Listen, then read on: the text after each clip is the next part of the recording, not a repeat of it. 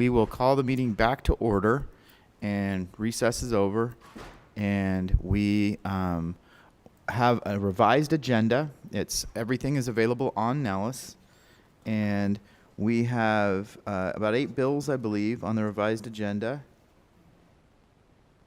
and we will introduce a BDR, and I think we'll introduce the BDR first so that we can get that processing, and then we will hear a Senate bill, and then 461, I believe.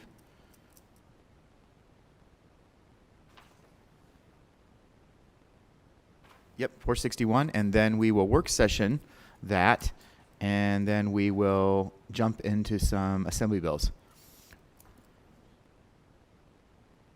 I mean, okay. All right. And then we will work session everything else. And then we'll hear some bills. Because we'll start losing members real quick here to other committees that are starting. And we have to, while we have at least a quorum, do some of those work sessions. So let's start with BDR. Oh, yeah, let's start with the BDR.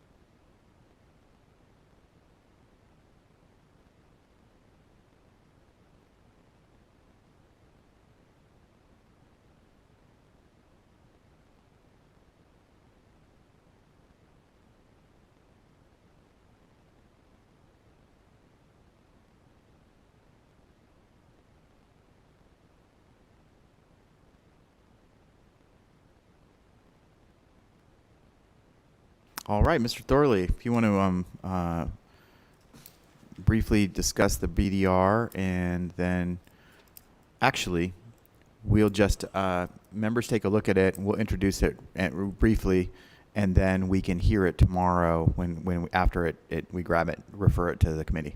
Okay.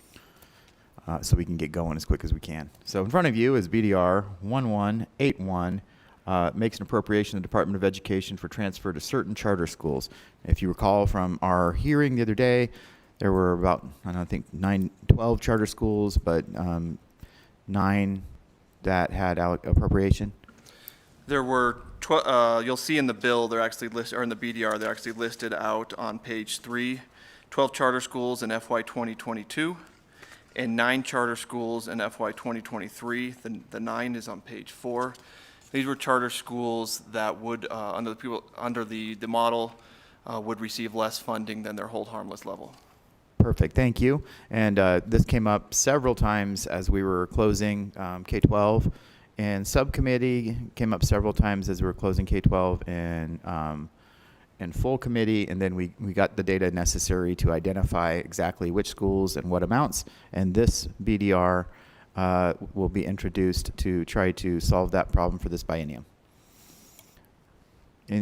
And before we take a motion, any questions? We will be hearing this in a committee meeting. Okay, no questions. Take a motion. Oh, I have a motion to. I'm sorry, it's late, guys. So I have Senator Ratty makes a motion to introduce this BDR. Do I have a second? I have a second from Senator Dennis. Any discussion on that motion? None. All in favor? Aye. Against? Nay. Motion passes unanimously, and we will introduce that BDR. Thank you.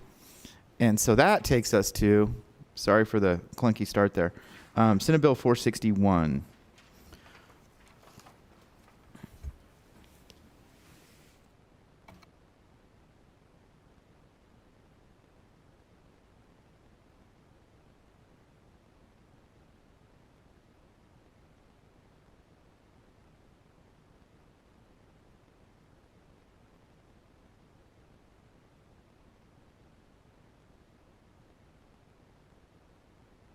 Senate Bill 461 is one of the money bills, and it revises provisions relating to state financial administration. Mr. Thorley. Thank you, Mr. Chair.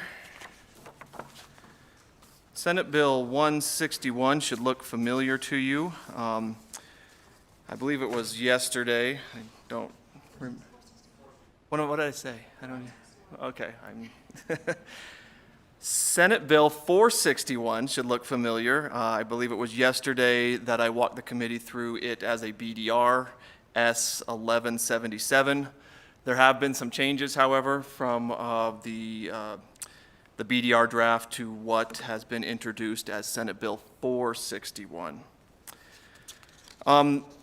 This bill sets forth allocation priorities for the coronavirus state and local fiscal recovery funds, which is the direct aid to states portion of the funding from the American Rescue Plan Act.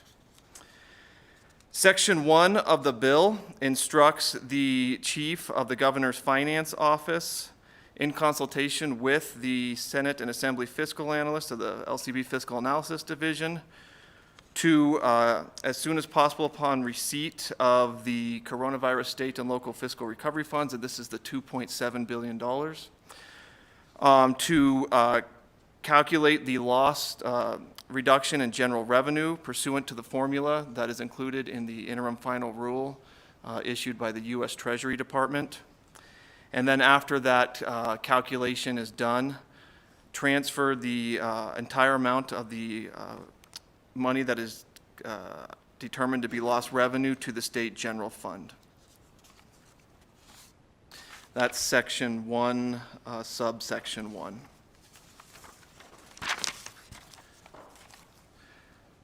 Section 2, or subsection 2 of subsection, or of section 1, after the transfer to the general fund is made with the lost revenue, this subsection sets forth in order of priority other disbursements that should be made using the federal funding from the coronavirus state and local fiscal recovery funds from the American Rescue Plan Act. Sub 2A is $335 million to repay loans to the Unemployment Insurance Trust Fund from the federal government. 2B is $20.9 million for the public health emergency related to the COVID-19 pandemic. When we discussed this yesterday as a BDR, the committee asked staff about what made up the $2.9 million, and you all should have received an email from me that had information indicating what went into the $2.9 million. Sub 2C has $7.6 million to address food insecurity. And then sub 2D says disbursements for any other purpose authorized within the following categories. And then there's 6 categories listed. Those categories mirror the Every Nevadan Recovery Framework. And so if those look familiar, that's why they look familiar. And then section 2 says the act becomes effective upon passage and approval. Happy to answer any questions the committee might have. Thank you, Mr. Thorley. Any questions from the committee on Senate Bill 461? And again, just a reminder, this is the BDR we just heard yesterday. All right, I don't see any. Senator Kiekeffer? Thank you, Mr. Chairman. I don't want to delay anything unnecessarily. But in subsection 2D, this is an authorization for expenditure within those categories, but they still have the actual details of those expenditures still need to run through the State Budget Act, come back through IFC, and all of those normal steps, right? Senator Kiekeffer, that's correct. The entire amount of the $2.7 billion was included in the Authorizations Act that is working its way through the legislature right now. So that funding will be placed in what we call budget account 1327, which is the COVID-19 relief funding, which is subject to the State Budget Act. And so any allocations from that account would go through the normal work program IFC process. Right. But for clarity, these are funds that are actually going to be transferred out of that account into the general fund, right? Or it's an account within the general fund. So. Wayne Thorley, for the record, for section 1, subsection 1, that anything identified as lost revenue would be transferred to the general fund. However, in subsection 2, that is separate from the lost revenue. Thank you. My mistake. Thank you, Mr. Thorley, and it'll be a busy IFC. So, any other questions on Senate Bill 461? All right. Thank you, Mr. Thorley. So with that, I'll go to any support, and I am going to please, for every bill tonight, keep your support incredibly brief and your opposition even briefer. And we have a very packed agenda, a lot of things left to do tonight, and we want to just, if you like it, I like it, is great. And if somebody said something else, you don't need to say it again. And so please help us get through this agenda. Go right ahead. Good evening, Chair Brooks and committee. Shane Piccinini, representing the Food Bank of Northern Nevada. I just want to say from the bottom of our Food Bank collective heart, thank you for including food security in this work. This last year has sort of like shown all of us that when we have to, we can completely reinvent the way that a food distribution network works. And I also want to put on the record, because I haven't had a chance the way that this legislative session has gone, to thank the Nevada Department of Agriculture and the Department of Welfare and Supportive Services for all of the cooperation that they have given us and Three Square down in Las Vegas to be able to help us make the real-time changes that were fluid, week over week, especially in the early part of 2000. So in the interest of keeping this hearing ending the same day it started, I wanted to just sincerely thank you. And, the food banks do not have a standing item in any of the state budgets. So this is going to make up a huge difference for all of us. And also, I just wanted to thank you for passing SB 370, which created the state food purchase plan. I have not had a chance to do that either. And with that, I'm done. Good night. Thank you. Go right ahead. Good evening, Chair. Benjamin Jauner, Faith in Action Nevada, Policy Director for Faith in Action Nevada. We just want to say amazing bill. Look forward to long IFC to make sure that we're able to make our communities whole again. Thank you. Thank you. Go ahead. Mr. Chairman, Chris Daly, Nevada State Education Association, in support of SB 461, making disbursements to important American Rescue Plan dollars, including funds to strengthen public education in Nevada. I've submitted a document. I won't read it all, but you can take a look. While federal elementary and secondary school emergency relief, or ESSER funds, will provide financial relief for school districts to address the impact of the COVID-19 pandemic on students and to safely operate school buildings, less restrictive American Rescue Plan dollars can help our schools be even stronger over the coming years. NSCA applauds the leadership of the Biden administration, congressional leadership, for making these dollars available. We also want to acknowledge the work of Nevada's congressional delegation, along with our parent, the National Education Association. Leading up to the passage of the ARP, NEA members wrote hundreds of thousands of messages, placed thousands of calls to their representatives advocating for this funding. While NEA and NSCA played a central role in the passage of these federal funds, we continue to be concerned about the inclusion of educator voice in the development of programming, whether they be ESSER funds or funds made available by this bill. ARP ESSER requires states to have a process for stakeholder input that expressly includes school staff and their unions. NSCA stands ready to provide constructive input on proposed allocations and would appreciate any consideration in the process moving forward. Thank you. Thank you. Good afternoon, Chair, or evening, Chair Brooks, and members of the committee. I am glad to speak in support of SB 461 on behalf of NAMI Nevada as part of their policy committee. And we're, of course, very excited about the opportunity to apply these funds in very important ways. We want to note that we feel that within this framework would also fit emergency and transitional and perhaps permanent supportive housing for individuals who have been affected by the pandemic and are least able to respond or recover on their own. Thank you. Could you state your name and for Oh, the record? I could. William Adler. No, that was a joke. Sorry. Sarah Adler. Thank you very much. Thank you. And anyone else here in the room that is testifying in support of Senate Bill 461? All right. Do we have anyone on the phones in support of Senate Bill 461? Thank you, Chair. To testify in support on Senate Bill 461, please press star 9 to take your place in the queue.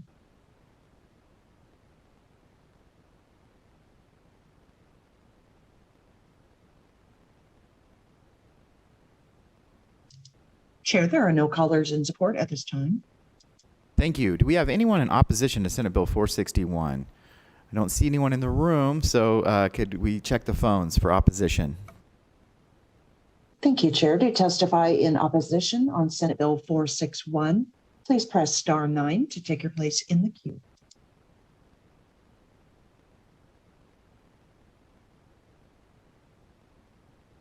Chair, there are no callers in opposition at this time. Thank you. Do we have anyone in neutral to Senate Bill 461 on the phone? Thank you, Chair. To testify in neutral on Senate Bill 461, please press star 9 to take your place in the queue.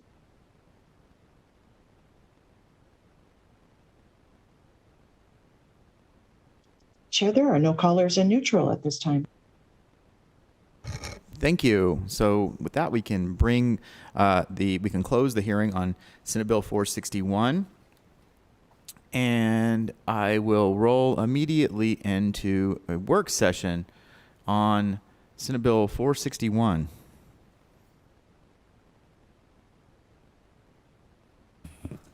Thank you, Mr. Chair. Senate Bill 4. Oh, what am I talking about? Do you want to work? Yeah, go ahead. Yeah. It does what I just said it does. So we heard the BDR explanation, and we heard the bill explanation, and now we heard the or the work session explanation. Do I have any questions on Senate Bill 461 for work session? We do not. So take a motion from Senator Ratty to pass. And oh. He had to go up to his office. The governor's office. Yeah, okay. And so I have a second from Senator Dennis. All in favor, aye. And opposed, nay. And it passes unanimously with the members present. And so I'll assign that floor statement to me. And we will move on with work session on some bills that we heard earlier. And we've got quite an extensive list of things we can work session this evening. But Mr. Thorley, if we could start with, and we'll give a list to the members so that they know the bills we're going to go through. Is it possible to start with the bills that we heard earlier earlier today? And so that would be Senate Bill. We already did 397, so it would be Assembly Bill 126, Assembly Bill 321, Assembly Bill 341, and Assembly Bill 486.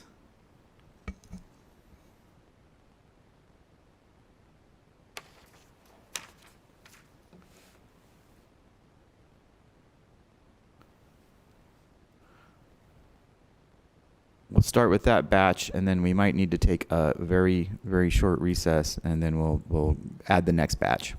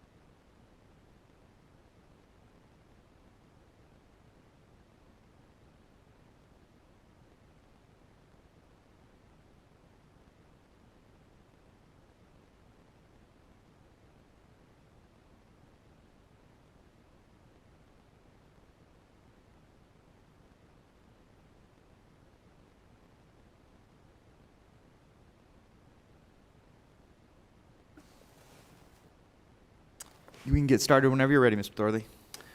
Thank you, Mr. Chair. We'll begin with Assembly Bill 126, which was heard earlier this morning.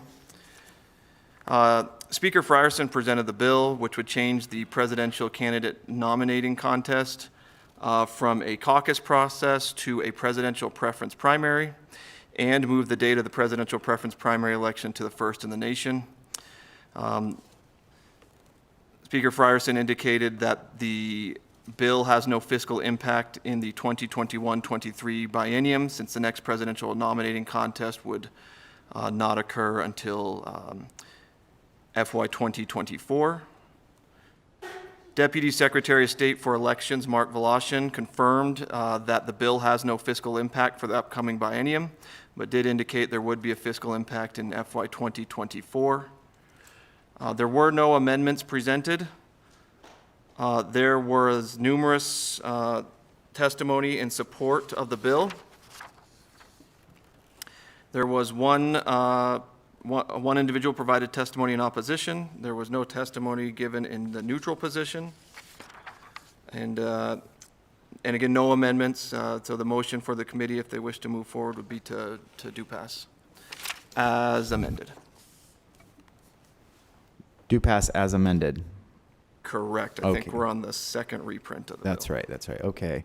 All right. Any discussion on Assembly Bill 126? All right. Seeing none, I have a motion from Senator Dennis for do pass as amended. Second from Senator Ratty. Any discussion on the motion? Seeing none, all in favor, aye. Aye. All in favor, nay. And the motion passes with the majority of the members present. And we'll sign that floor statement to Senator Dennis, please. You want the next? You want the next one?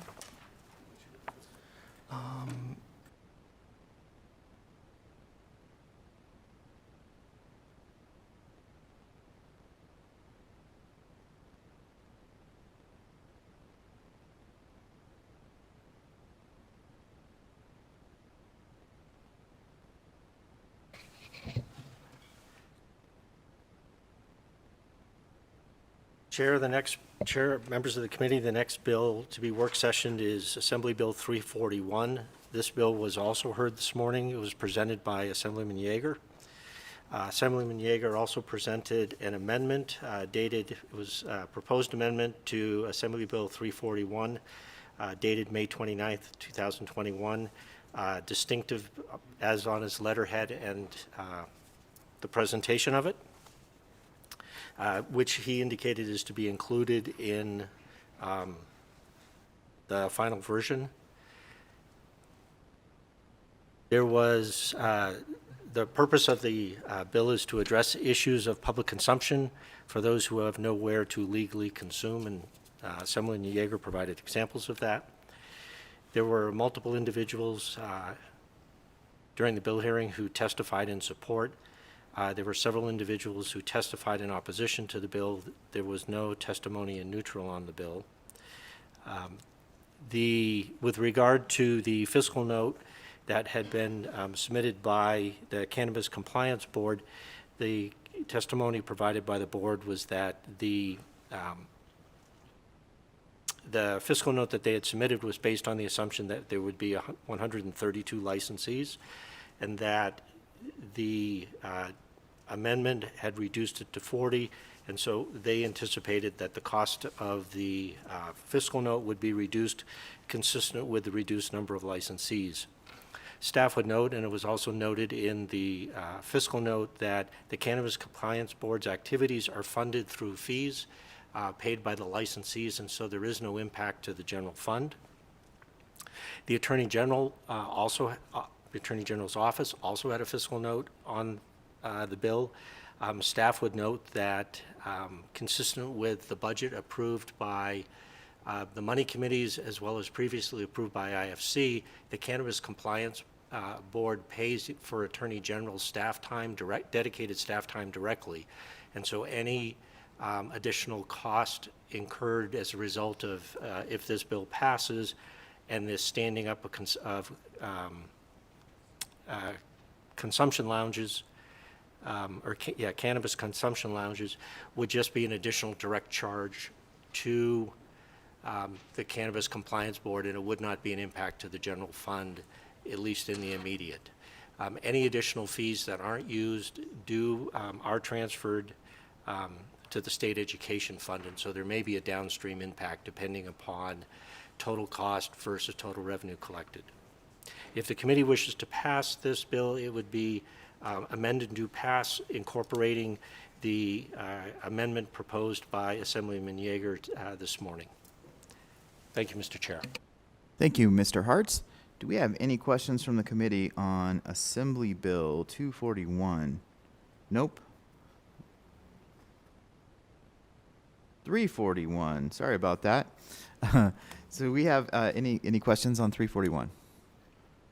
All right. I don't see any, so I would take a motion to amend and do pass using the amendment that was submitted to us today by Assemblyman Yeager.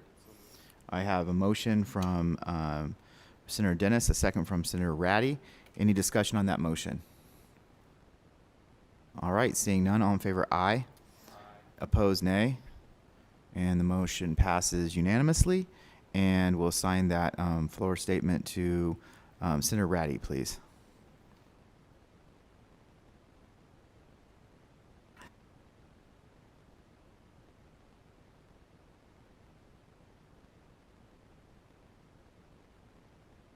And we can go ahead with the next bill whenever you are ready. Thank you, Mr. Chair. Committee, the next bill up for work session is Assembly Bill 486. This bill was heard 2 times, first in joint full committee Monday morning on May 24th, and then again this morning. The testimony provided this morning from Assemblyman Yeager primarily focused on the amendment that was adopted by the Assembly. So the changes between in the bill between what was heard on Monday morning in joint full committee and today. There was also a proposed amendment presented, and that's posted on Nellis. It's a proposed amendment dated May 27th, 2021.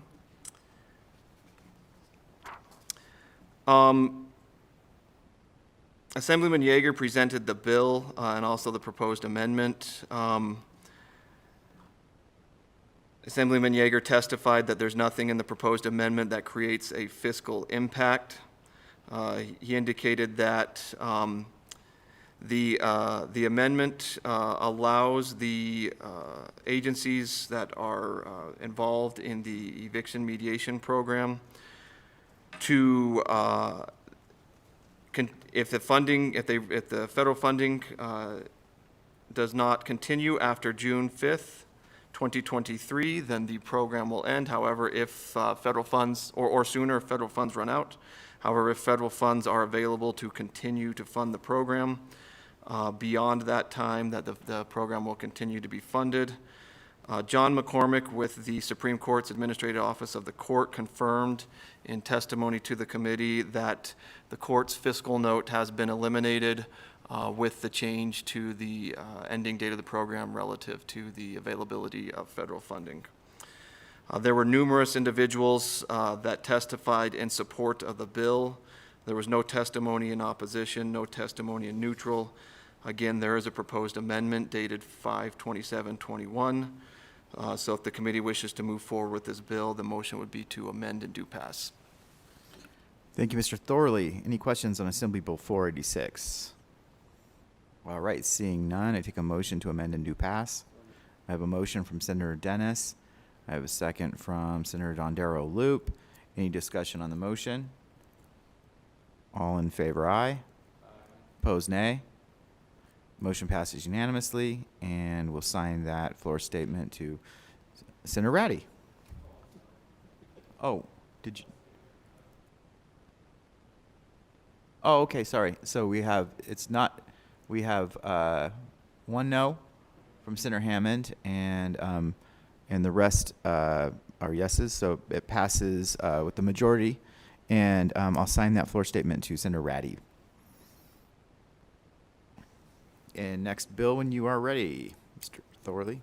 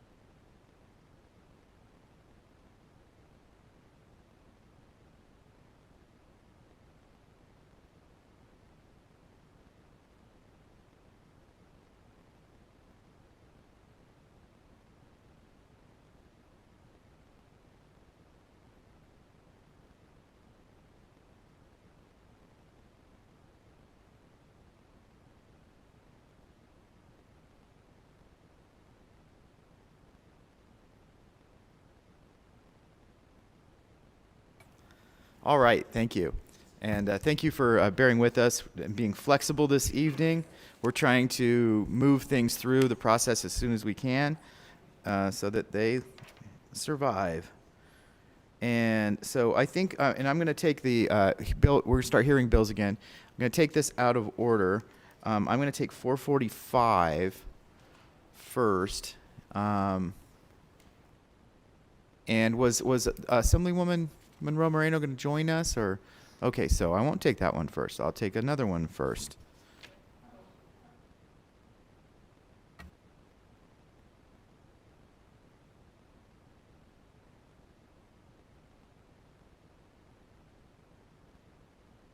So we're trying to coordinate with other committees as well and other hearings that are going on so that we can keep a quorum, and we don't necessarily want to vote on some other bills without having members present to be able to vote. And so that's why we're kind of moving folks around. So we will move to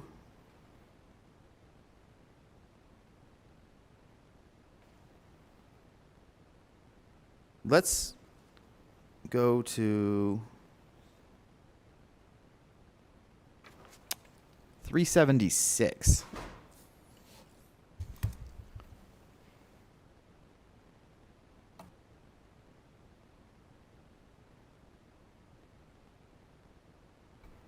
Nope, I don't see her here either.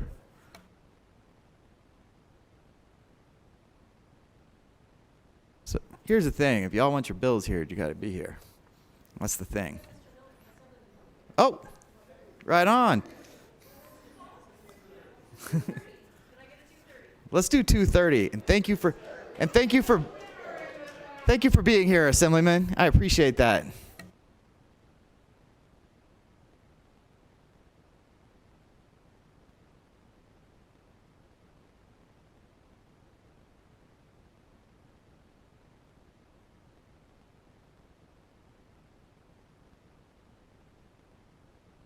Now I'm going to go ahead and put my glasses on so I can see who's in the back row. Please go ahead whenever you're ready, and we just keep it as brief as you can, but help us understand the bill. Thank you.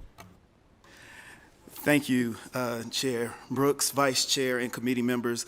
Good evening. I will keep it as short and brief and to the point as possible in the interest of time. I am Cameron C.H. Miller, and I represent the fine folks in Assembly District 7 in Clark County. I greatly appreciate the opportunity to present Assembly Bill 230 to you, which aims to eliminate direct filing provisions in Nevada statute that require youth to be tried in adult criminal court when charged with certain offenses. The intent of AB 230 is designed really to do one thing, and that's let our children remain children even when they may have not made the best decisions.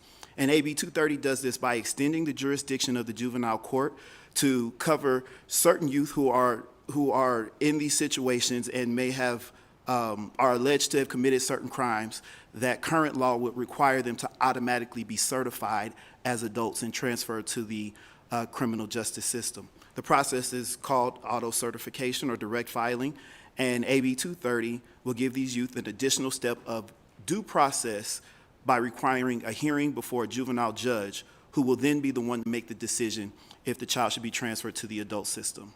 So without going into too much policy, there is a fiscal on it from the Clark County.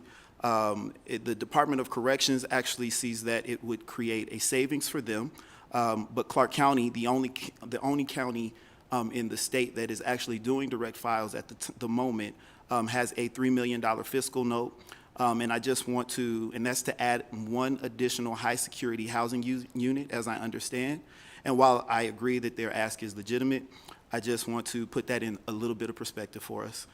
Based on historical numbers, the bill as written in its second reprint, which is what's before you, we're talking about between 25 to 30 kids per year.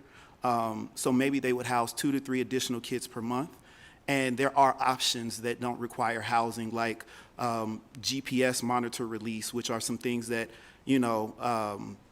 which is what happens sometimes when they are transferred to the adult court and the judges don't want to actually put them in the adult prison. They may release them on OR or give them a GPS monitor release. So there are options that will not necessarily, don't have to increase the population that's being housed.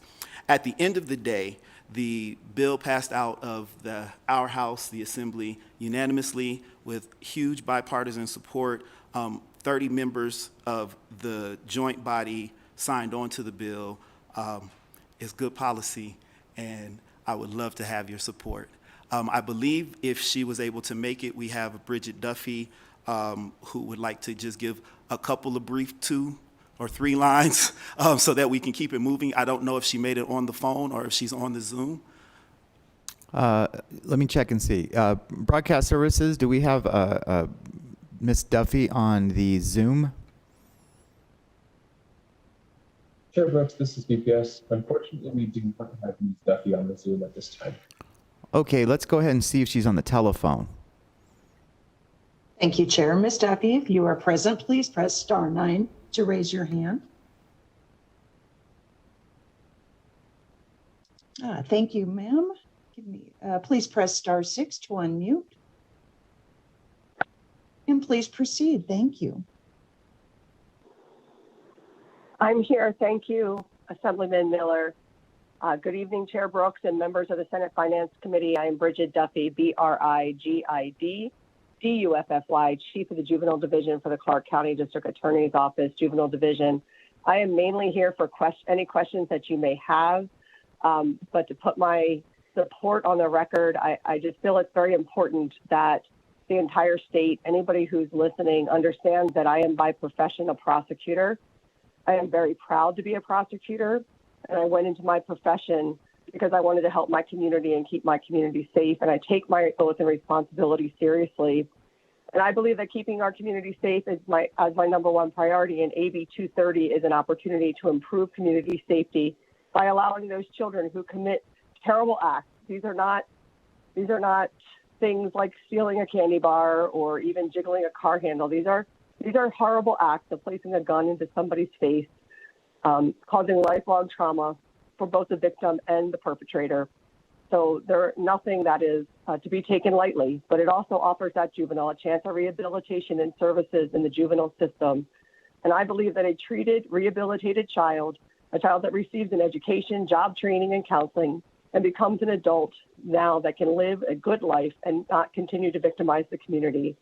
Juvenile prosecutors across our state hope that children will embrace the opportunity that we are supporting by passage of this bill to change their trajectory. And I thank you for the opportunity to be here this evening, and I look forward to any questions you may have. Thank you. We really appreciate that. Do we have any questions from the committee, either for Assemblyman Miller or for Ms. Duffy? And I'm leaning heavily on my Judiciary Committee members here tonight. Go ahead, Senator Cannizzaro. Thank you, Mr. Chair, and thank you, Assemblyman, for being here. So as I read this, and I guess I'll kind of just simplify it down. As I read this, we're removing certain provisions that would require automatic certification for certain offenses, but that would still leave the discretion with the court if there were a request to certify in a particular case. The way that I'm sorry, Assemblyman C.H. Miller for District 7. Thank you for the question, Majority Leader. The way that I understand it, that is correct, but I also have Ms. Duffy on the line that can confirm that, please. Thank you. Yes, for the record, Bridget Duffy from the District Attorney's Office. Thank you, Majority Leader. That is absolutely right. I worked very closely with Assemblyman Miller to get to a place where we could support. It will remove certain offenses from direct filing into the adult system. However, prosecutors across the state will still have the discretion to file motions to certify a child to the adult system on those charges. It then becomes the judge's discretion on whether or not to send the child to the adult system based upon prior record, prior attempts at rehabilitation. And these are offenses for which we believed we could keep that discretion in place because we have that ability to service those children in the juvenile system still. Great, thank you, Chair. Thank you. Do we have any other questions from the committee on this, on Assembly Bill 230?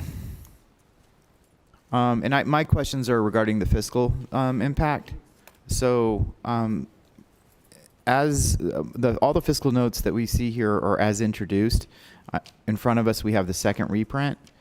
Through the process of amendment and getting to the second reprint, has there been any, I don't see any unsolicited fiscal notes here. Have there been any new fiscal notes or any conversations? And if you could walk us through that, what your understanding is. Thank you, C.H. Miller, Assembly District 7 for the record. Thank you, Chair, for that. The original fiscal notes outside of the Clark County note has all been removed. And I believe that there are exhibits with letters or statements of support from the various counties that had placed those on Nellis. In regard to the Clark County fiscal note, after the amended, once we got to the current version of the bill that you have, there was another exhibit added that was an updated fiscal impact just for Clark County.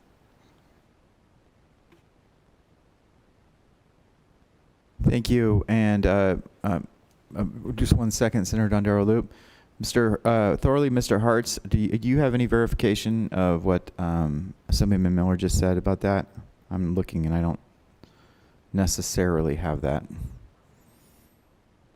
I know we have Clark County coming to join us right now. Please, if you're coming to take some fiscal notes off, please come join us. If you're Adam, go sit down. Not completely. Alex Ortiz with Clark County here. We have spoken with the Assemblyman about our fiscal notes before.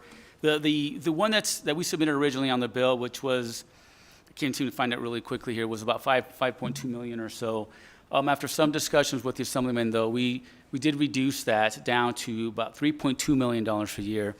And the reason for that is that we would have to house these youth in a separate high security unit, housing unit as we call them, for these youth, just because of the nature of the crimes. And they have separate rooms. We have to staff that housing unit, which currently we do not are staffing at this point.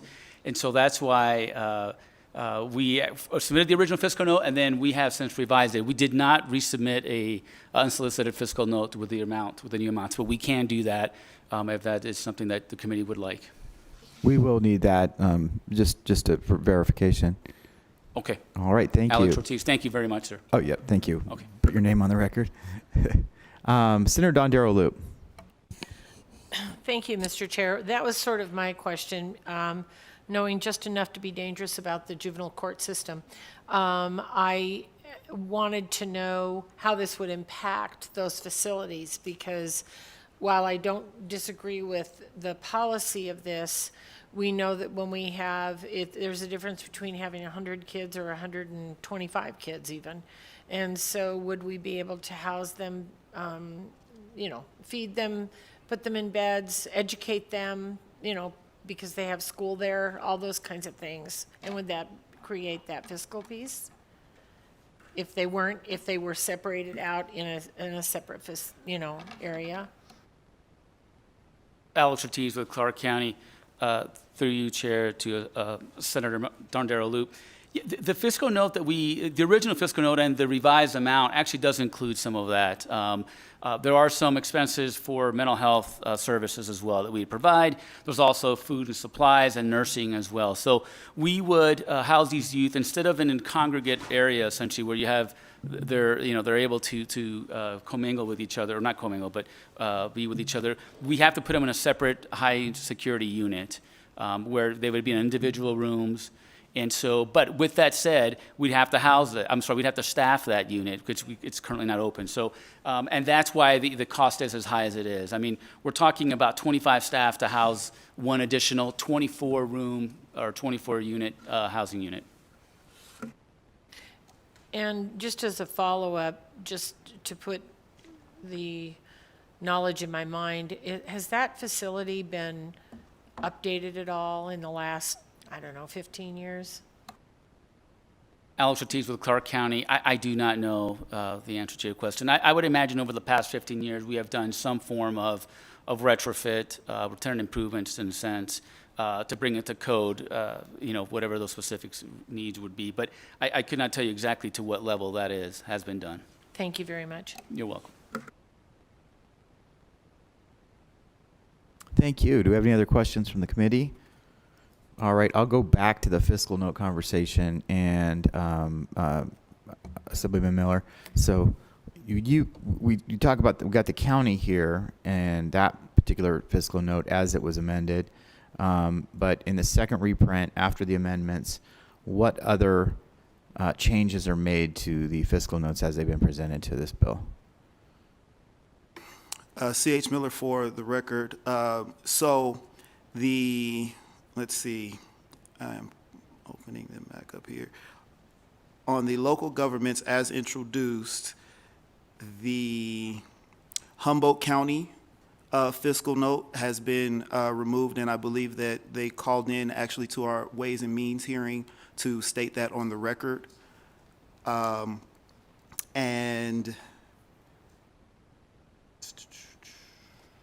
then we had the Department of Corrections. The Department of Corrections stated also on the record in the Ways and Means hearing that they expected to see a savings. A savings associated with it? Yes. Okay. And Mr. Thorley or Mr. Hartz, do we have any of that documentation from the Ways and Means Committee meeting?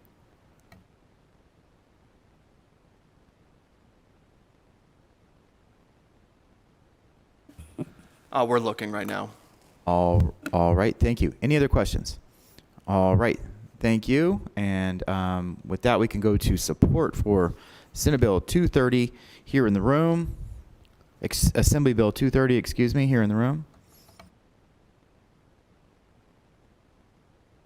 Good evening, Chair Brooks, members of the committee. I could go on about this topic all night, and I State your can name if you'd for the like me to, record. but I won't. I want to. Please state your name for the record. I'm sorry, Holly Wellborn, Policy Director for the ACLU of Nevada. You'd think I'd have that down by now. I just want to make a couple of points. We've been working in the area of juvenile justice reform, looking at the way that we house juveniles across the system, and this bill very much plays into it. And what we're doing right now is quite historic, and I think that we should take a moment to recognize that. I also want to illustrate some numbers here. The latest data that we have from 2017, 41 youths were direct filed to the adult criminal justice system. Every single one of them was a child of color. 27 of those were Black boys.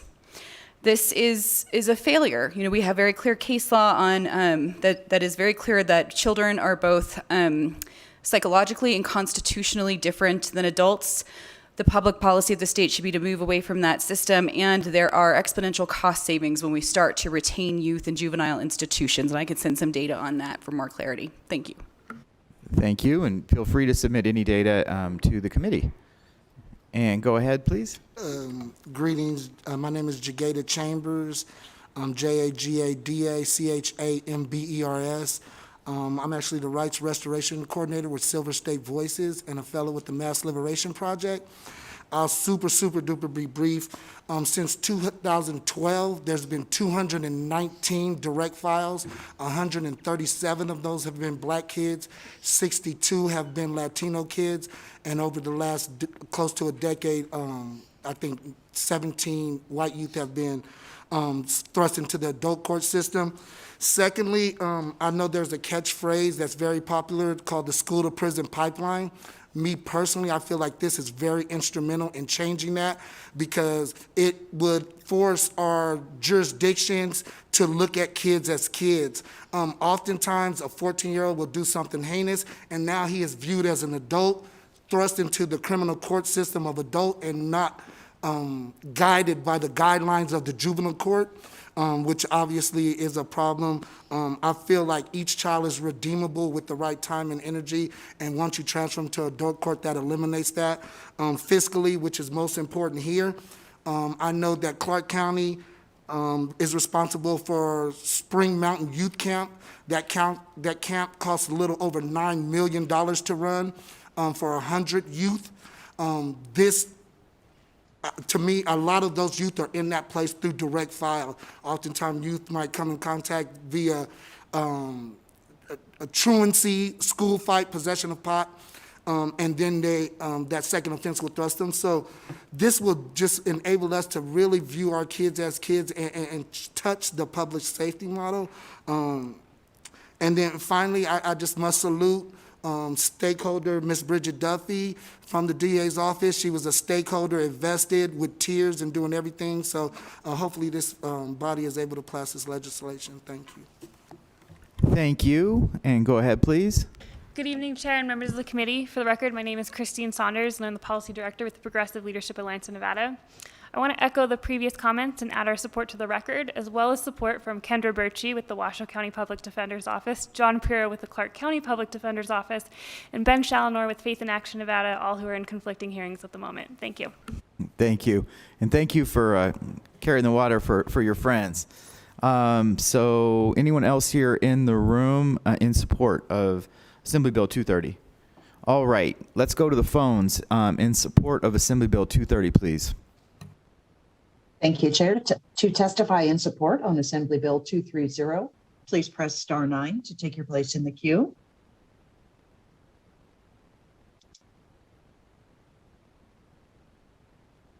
Caller with the last three digits, 005, please press *6 to unmute.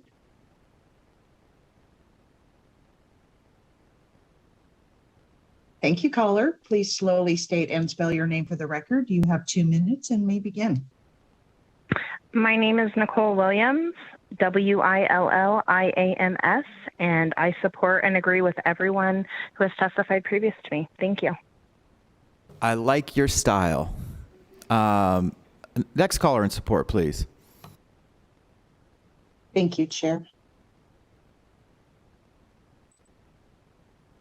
Caller with the last three digits, 151, please slowly state and spell your name for the record. You have 2 minutes and may begin.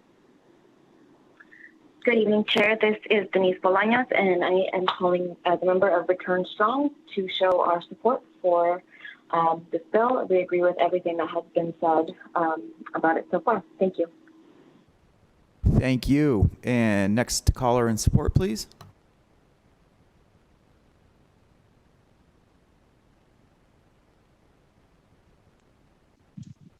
Caller with the last three digits, 846, please slowly state and spell your name for the record. You have 2 minutes and may begin. Hello, my name is Adrian Lowry. I'm just calling to say I'm in support and to echo what the other people in support have said so far. Thank you. Thank you. And next caller, please. Thank you, Chair. We are in support testimony on Assembly Bill 230. If you would like to testify in support, please press star 9 to take your place in the queue.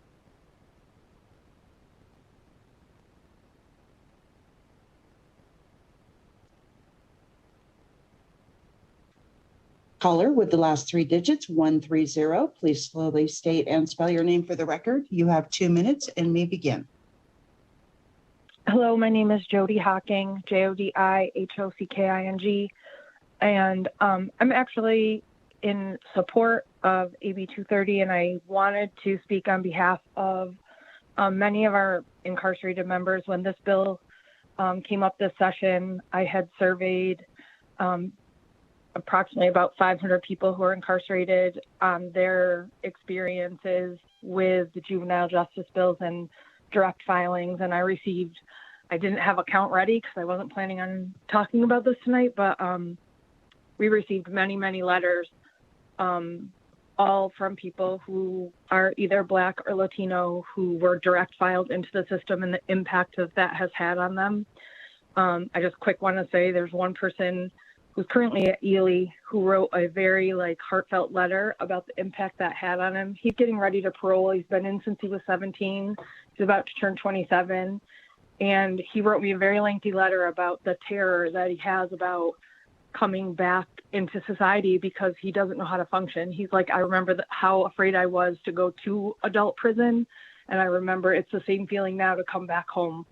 And I think this is a start in moving the right direction. Thank you. Thank you. Next caller in support, please. Thank you, Chair.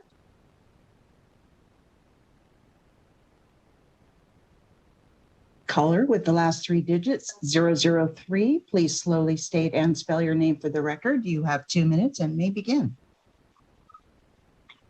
My name is Desiree Miller, Desiree, and I am in support. Thank you. Thank you. The next caller, please. Thank you, Chair. Once again, we are in support testimony on Assembly Bill 230. If you would like to testify in support, please press star 9 to take your place in the queue. Thank you. Caller with the last 3 digits, 099. Please slowly state and spell your name for the record. You have 2 minutes and may begin. Valerie O'Neill, O'Neil. I'm just calling in for support of this bill. Thank you. Thank you. And next caller, please. Thank you, Chair. Caller with the last 3 digits, 826. Please slowly state and spell your name for the record. You have 2 minutes and may begin. Hi, my name is Ayana, Ayanna Simmons Oglesby, Oglesby, and I'm calling also in support of AB 230. It's simply just the right thing to do. Allow children to be children. Thank you. Thank you. And next caller, please. Thank you, Chair. Once again, we are in support testimony on Assembly Bill 230. To testify in support, please press star 9. Thank you.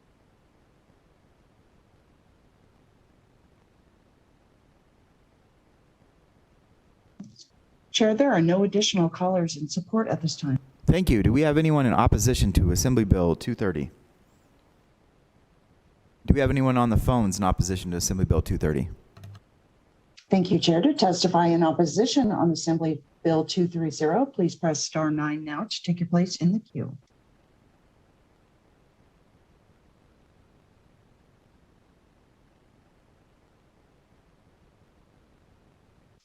Chair, there are no callers in opposition at this time.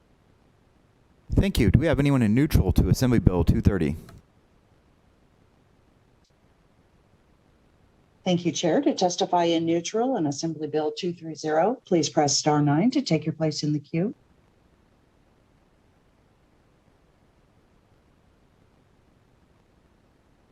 Chair, there are no callers in neutral at this time. Susie Miller. I am with the Division of Child and Family Services. I'm the Deputy Administrator over Residential Services. And I simply wanted to comment that our fiscal note remains uncertain because we are not sure how many of the youth that would have been automatically certified will still be certified versus kept in the juvenile system. Thank you. I appreciate that. Thank you for clarifying that for us. And so that is all of our testimony. Mr. Thorley and Mr. Hartz, did you get everything you needed to lock down what we feel the fiscal impact is? Or do we need to get something else on the record? Mr. Chair, for the record, Alex Hartz. So the Division of Child and Family Services testimony right now is consistent with the original fiscal note that they submitted. They did not submit an additional one. It was consistent that they could not identify a cost because it was dependent upon the number of youth who would either have automatic certification or not. The original fiscal note submitted by the Department of Corrections does indicate that they anticipated the savings in the inmate-driven expenses as a result of certain youth who otherwise would be committed to one of their facilities not being committed to their facilities. And that is consistent with the testimony that was made by the Assemblyman about the Department of Corrections offering verbal testimony. So in terms of the impact to the state and the state general fund, yes, I believe that we believe that it is to be determined with regard to DCFS, and there appears to be savings for the Department of Corrections. Thank you, Mr. Hart. Appreciate that. So with that, we can close the hearing on Assembly Bill 230. Thank you, Assemblyman. I appreciate it. So here's going to be the rundown. Now that everyone's kind of filtering in and we got going on, we're going to go with Assembly Bill 445 next with Chairman Monroe Moreno. And then after that, we're going to go with Assembly Bill 387. It's also going to be Chair Monroe Moreno. And then the bill I think we're going to go with after that is Assembly Bill 376, because I saw Assemblywoman Torres came in the room. And then we're going to go with Assembly Bill 241 with Assemblywoman Gonzalez. And we'll go from there. So, Chairman Monroe Moreno, come on down.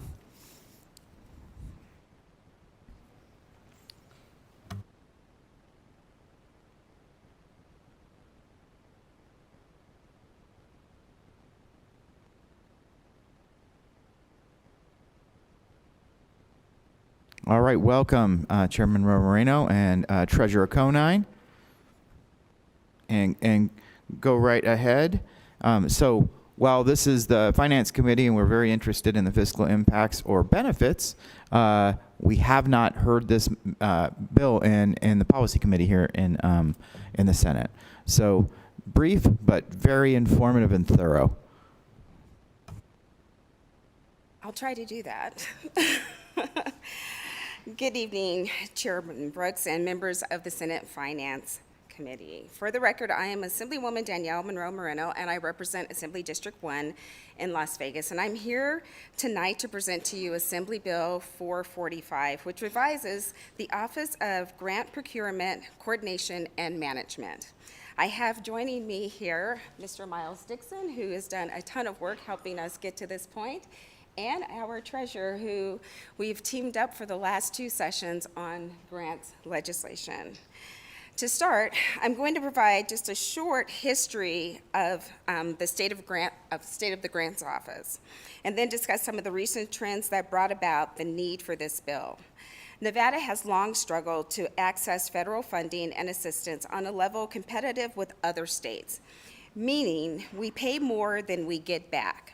Recognizing the need to develop a more coordinated state effort, Senator Parks sponsored Senate Bill 233 in 2011, which created the Office of Grant Procurement, Coordination, and Management. The office was originally granted the authority to research and identify available federal grants, work with state agencies to write federal grants, and coordinate efforts with Nevada's congressional delegation relating to the availability and management of federal grants and related programs. In 2017, the office was revised to allow the administrator to hire the necessary number of classified and unclassified employees within the limits of money appropriated or authorized. In the last legislative session, we were able to pass AB 489, which created the Grant Matching Fund as part of a pilot program to allow state agencies, local governments, tribal governments, and nonprofit organizations to request grants for the fund for the purpose of satisfying the matching requirement for a grant from a federal or non-governmental organization. The program made one award, and that was to the North Las Vegas Police Department for $45,129, which secured $451,292 grant from the U.S. Department of Homeland Security. That was a $10 federal return for every $1 that we invested.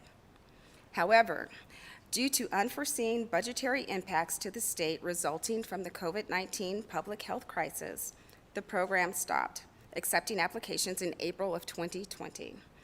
And the operational funding and uncommitted program funds were reverted to the State General Fund, which leads us to where we are now. Last year, as a result of the CARES Act, in just a matter of a few weeks, Nevada went from struggling to access federal grants to being overwhelmed by the administrative task associated with them. Simply put, we didn't have the system in place to secure grants when we need them in regular times, or administrate them when we got them during a crisis. Neither one of those scenarios works for Nevadans. They also put tremendous pressure on our state agencies and workforce, as well as our partners in local governments, tribes, and nonprofits. Indeed, we learned yet again the importance of a well-organized federal grants office and strategy, which leads us to the development of Assembly Bill 445. AB 445 makes 4 major improvements to Nevada's existing approach to federal grants.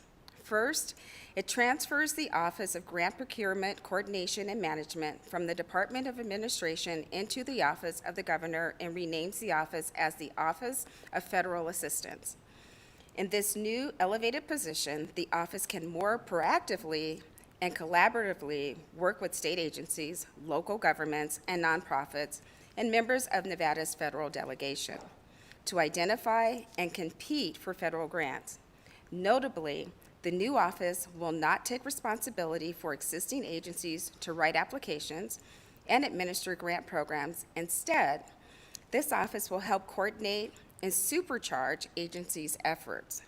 Second, AB 445 calls for the creation and implementation of a state plan to maximize federal resources. This will be the first time the state has a plan focused on getting Nevadans the most benefit for their federal tax dollars. Specifically, the plan to address how the state can increase its federal grant awards, streamline grant administration, and improve post-award compliance. Third, it expands the Nevada Grants Council, created by the legislature in 2015, to include 2 additional members representing nonprofits, tribes, or local governments, and the state controller and state treasurer or their designee, who each play an important role in the flow of federal grants. It also revises the duties of the council to advise and assist the director in developing and carrying out the state plan. Finally, the bill makes the successful 2019 Nevada Grant Matching Pilot Program permanent and funds it with $1 million per year. Notably, the new permanent program will not provide funds for the purpose of satisfying any matching requirements for non-governmental grants. During the bill hearing in government affairs on the Assembly side. We heard from dozens of businesses in our community, local government, tribal communities, and nonprofit stakeholders in supporting this legislation.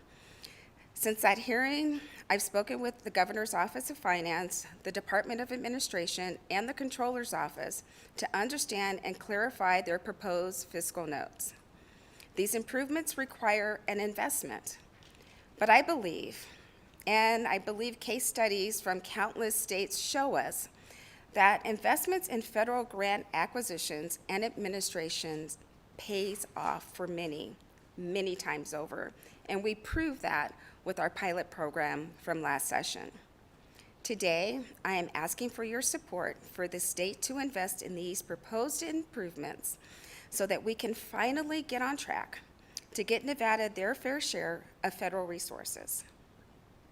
And at this point, I'll turn it over to our treasurer and then Mr. Dixon for any questions. Thank you, Assemblywoman. Welcome, Treasurer. Thank you so much, Chair Brooks. Members of the committee, I am Zach Conine, and I have the pleasure of being your Nevada State Treasurer. In his January 2021 State of the State address, the governor mentioned an ambitious but we believe achievable goal, getting $100 million new grant federal funding into the state over the next biennium and $500 million a year by the middle of this decade.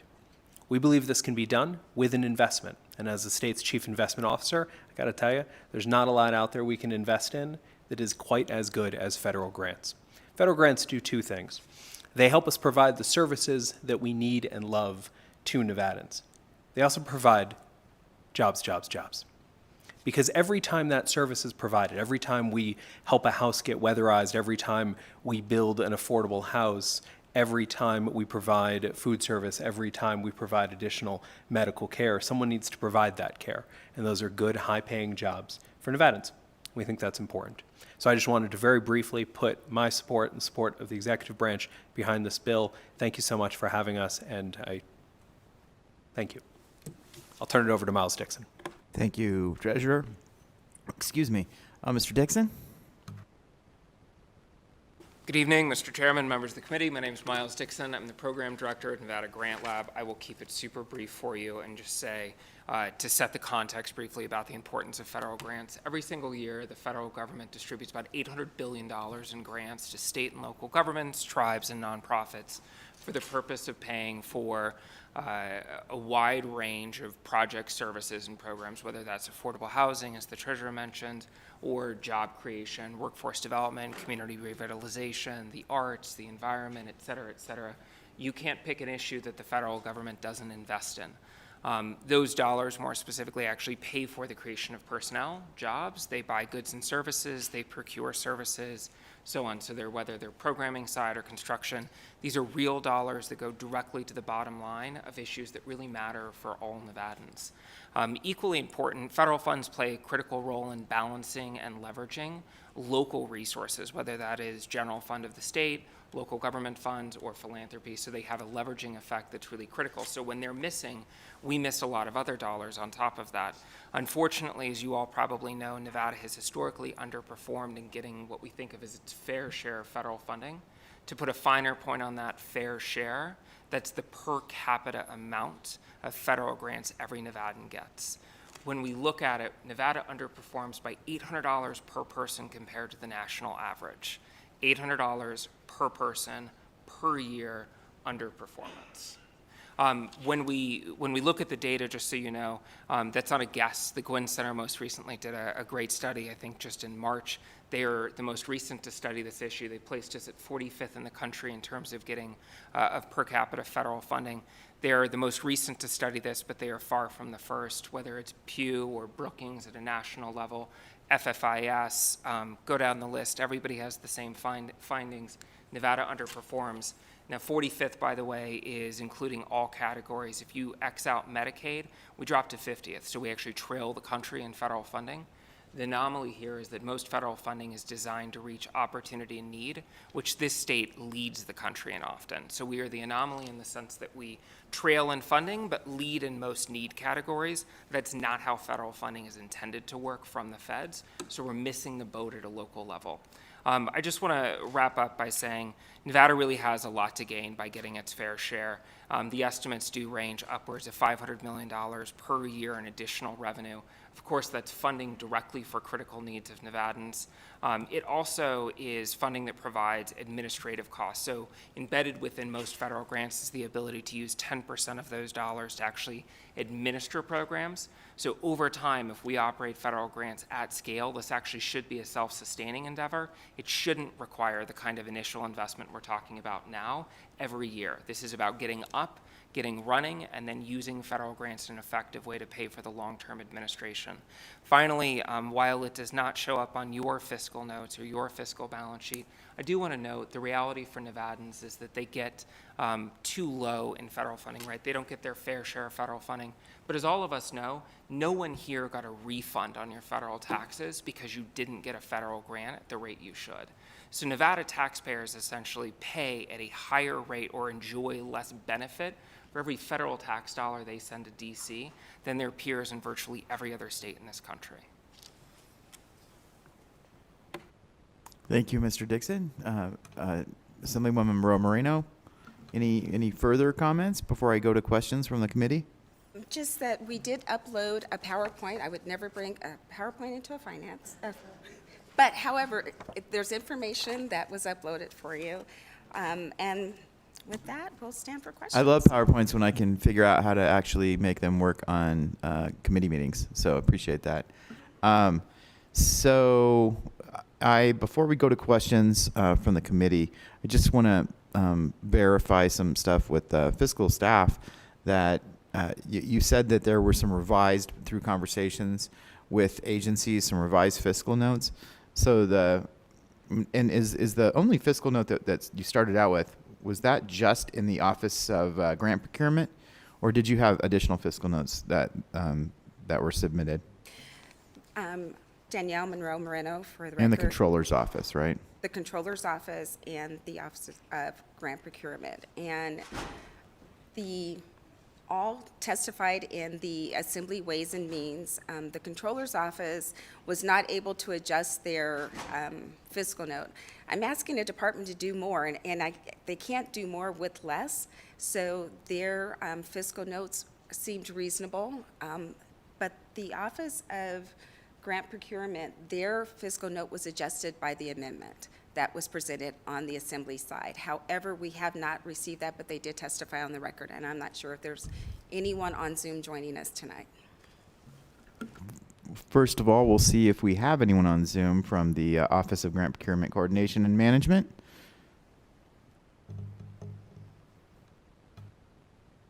Mr. Chair, Ms. Susan Brown also joined us on in the Assembly Ways Committee. Thank you. And we might not need that information based upon the hearing that took place in Ways and Means. And so I just want to confirm with Mr. Thorley or Mr. Hartz if they have that information or sufficient verification. Thank you, Mr. Chair. The bill as amended coming out of the Assembly does include several general fund appropriations in response to the fiscal notes submitted by various executive branch agencies. You'll see in section 29.6 a general fund appropriation of $279,979 in fiscal year 22 for personnel and operating costs.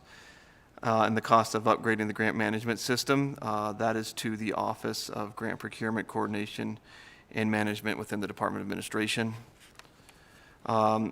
In section 29.63, there's a $1.1 million general fund appropriation to the newly created Office of Federal Assistance for personnel costs, operating costs, and then upgrades to the grant management system. And then in section 29.67, there's a general fund appropriation to the Office of the State Controller for personnel costs. And the dollar amount is a little over $89,000 in FY22 and a little over $115,000 in FY23, which is in response to the fiscal note submitted by the Controller's Office that the Assemblywoman mentioned. Thank you. So it's your understanding that all of the associated costs with this policy are covered in the appropriation in the bill?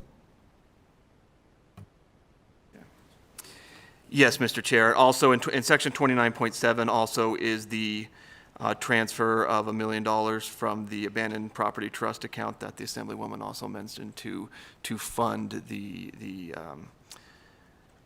grant procurement process. Perfect. Thank you. I have a question from Senator Kieckhofer. Thank you, Mr. Chairman. My question related to that same section, 29.7, as it relates to the abandoned property trust account. That appropriation is made after the first transfer out of that account to, I want to say the Millennium Scholarship account, but I don't think that's where it goes. Is it? Yeah, Millennium Scholarship Fund. So 7.6 million first for Millennium Scholarship, and then this 1 million. I just don't know what the rolling balance is in this account, and if it's sort of guaranteed to be there because this account's flush in cash. The treasurer left, so I don't know. Yeah, exactly. Mine too. Thank you, Senator Kieckhofer. And I'm just before any fiscal staff tries to answer that.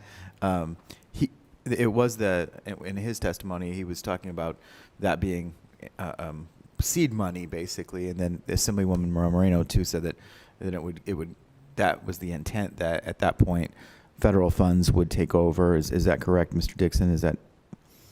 To separate the different fiscal pieces, the grant match fund, which will be $1 million transfer from the abandoned property trust fund per year, that will happen essentially for as long as the legislation stands. So the $1 million will renew every year. Thank you for clarifying that. I was wrong. The additional approximately 1.6 would, and again, this is a long-term view, if we actually achieve scale in federal funding. So for example, if the governor's plan for $500 million by 2026 was realized, under OMB guidance, about 10% of every federal grant can be used for administration. So perceivably, the increment of $500 million, 10% is $50 million. That can be shared across all grant administrators, state government, local government, and nonprofits and tribes. I think to address the question around the Abandoned Property Trust Fund, the treasurer had proposed that early on in the process, knowing that often that, and again, I know your fiscal staff will readily correct me, but the waterfall is essentially revenue comes in that pays for the unclaimed property, the Abandoned Property Trust team in the treasurer's office. 7.6 then goes to Millennium. The next $1 million will drop to this account, and then the balance will go to the general fund.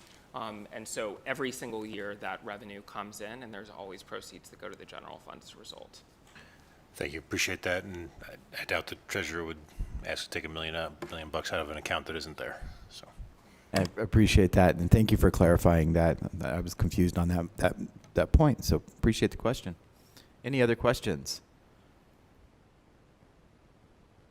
All right. We have no questions. We have all the information we need. It's a good bill. And we will go to support. And please, thank you. Use the last bill hearing as a template and example for efficient support testimony. Welcome.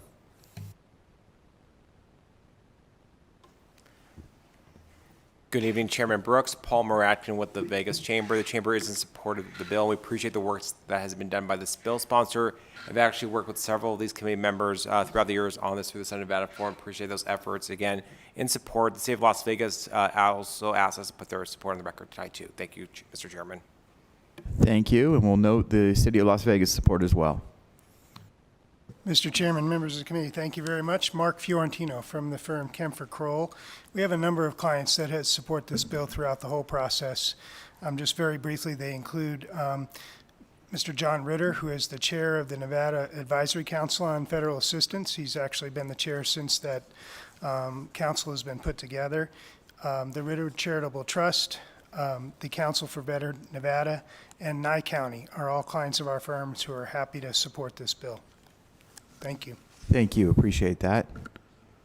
And anyone else here in the room wants to provide? Oh. There we go, Mr. Chair, members of the committee. Anthony Ruiz, representing Nevada State College. We're here in support of this bill. Grantsmanship is a big focus for us here at the college and the whole system, and we urge your support. Thank you. Thank you. Sorry, there's a kind of this weird glare on this plexiglass that is in front of my face all day. And so I miss some things. Anyone else here in the room in support? All right. Anyone on the phone in support for Assembly Bill 445? Thank you, Chair. To testify in support on Assembly Bill 445, please press star 9 now to take your place in the queue.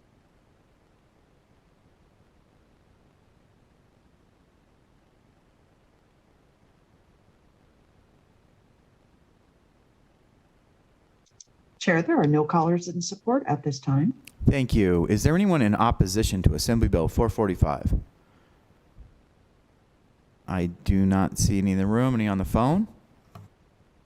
Thank you, Chair. To testify in opposition on Assembly Bill 445, please press star 9 now to take your place in the queue.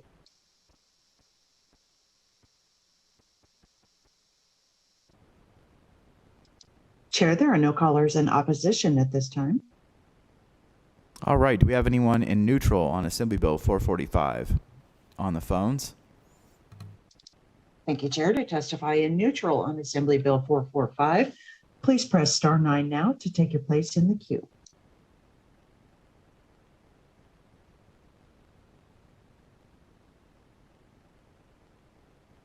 Chair, there are no callers in neutral at this time. All right. Thank you. So no further comments. We will close the hearing on Assembly Bill 445. And I know Senator Dennis wanted to be present at the next hearing, but I think we're trading out right now. Senator Ratty for Senator Dennis. Okay, we can get started though. So we'll open up the hearing on Assembly Bill 387. Another bill sponsored by Assemblywoman Monroe Moreno, and this one is revises provisions relating to midwives.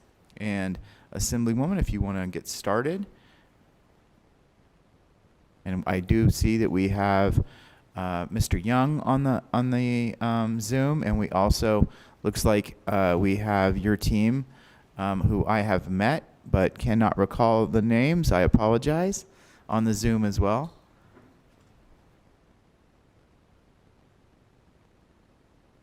All right. You can get started whenever you're ready. Thank you, Chair Brooks and members of the committee. For the record, I am Danielle Monroe Moreno, representing Assembly District 1. Tonight, I am here to present Assembly Bill 387 in its second reprint, which establishes the Board of Licensed Certified Professional Midwives. I'm joined tonight by Ms. Tiffany Hoffman and Ms. Amanda McDonald, who are both midwives here in Nevada. And they have worked extremely hard with me on the policy that you will see in the bill. Also joining, we have Ms. Margot Chappelle and Mr. Dwayne Young from the Department of Health and Human Services, who have assisted with both the policy and the fiscal aspects of the bill. As far as the fiscal aspects, we'll go through those first before we get through the policy. As introduced, there were 9 fiscal notes submitted from the Department of Health and Human Services. Public and Behavioral Health submitted a fiscal note in the amount of $184,051 for FY22 and $224,875 in fiscal year 23. For the future bienniums of $449,750. DHHS Healthcare Financing and Policy submitted a fiscal note showing a savings of $89,063 in FY22 and savings of $320,767 in FY23 for future biennium savings of $641,534. There were 7 other fiscal notes submitted. However, those fiscal notes showed no fiscal impact. I'd like to thank the representatives from the Department of Health and Human Services for taking so many hours out of their very busy schedules to work with me and other stakeholders to ensure that the legislation first ensured public health aspects that were addressed in the legislation were maintained as it was amended, but also addressing and assisting with the revised fiscal notes. As I stated, this is the second reprint of this bill, and just a little background of midwifery. It's been practiced in the United States for hundreds of years. Midwives provide care throughout the prenatal, delivery, and postnatal stages of childbearing to women who are healthy and experiencing a normal pregnancy. A midwife monitors the physical, psychological, and social well-being of a birthing parent throughout the childbearing cycle. When needed, a midwife identifies and refers the few women who are in need of more attention to doctors, things that they can't handle. They are more than willing and able, and it's part of their practice to make that transfer. Midwives who attend births in home and birthing centers have excellent outcomes and cost approximately 1/3 less than hospital deliveries, the latter of which account for over $110 billion a year in healthcare cost in the United States. The advantages of care by midwives, including excellent outcomes at lower costs, healthier babies, and Medicaid savings. Each childbearing person on Medicaid who chooses an out-of-hospital birth with a midwife can help lower Medicaid costs, since Medicaid would otherwise pay for a hospital birth at a greater cost with a higher likelihood of cesarean section. According to analysis by the Washington State Department of Health, its Medicaid program saved almost $500,000 in cesarean section reductions alone over a 2-year budget cycle, with licensed midwives attending just 2% of the births. This legislation was important to me. During my first legislative session, my oldest daughter was giving birth to her firstborn, and she let me know that she was not going to give birth in a hospital. She was going to give birth in a pool in her house with a midwife, and I thought I had failed as a mother. Where did I go wrong? However, in April of that first session, I got to drive over the hill, be with my daughter and her family as they gave birth to my granddaughter. It was the most holistic, relaxing birth I've ever experienced. Giving birth to my daughter, I went into labor while driving between California and Arizona. My car broke down. I almost gave birth on the side of the highway, but there was a trucker and his wife who were amazing and got me back to a hospital in Indio. However, that hospital had none of my records. Unfortunately, the nurse was not appreciative that I was someone in a mixed race relationship, and that nurse failed to give me the care that I needed, and I almost died giving birth to my daughter. So it was amazing to watch her give birth to hers. But she gave birth to her daughter in her home with a midwife, a doula. There was an RN that was training to be a midwife, and her best friend that was there for photography. I realized then that parents need options. After the session, I returned home, and one of my constituents who had almost died giving birth to her firstborn asked me to do a few things. One, she wanted to have birth centers. She asked me to carry a bill for birth centers. She wanted me to make sure that we had the maternal mortality health committee started, because she was a Black woman who was healthy but experienced some problems during her pregnancy that her doctor just wasn't listening to. She almost died.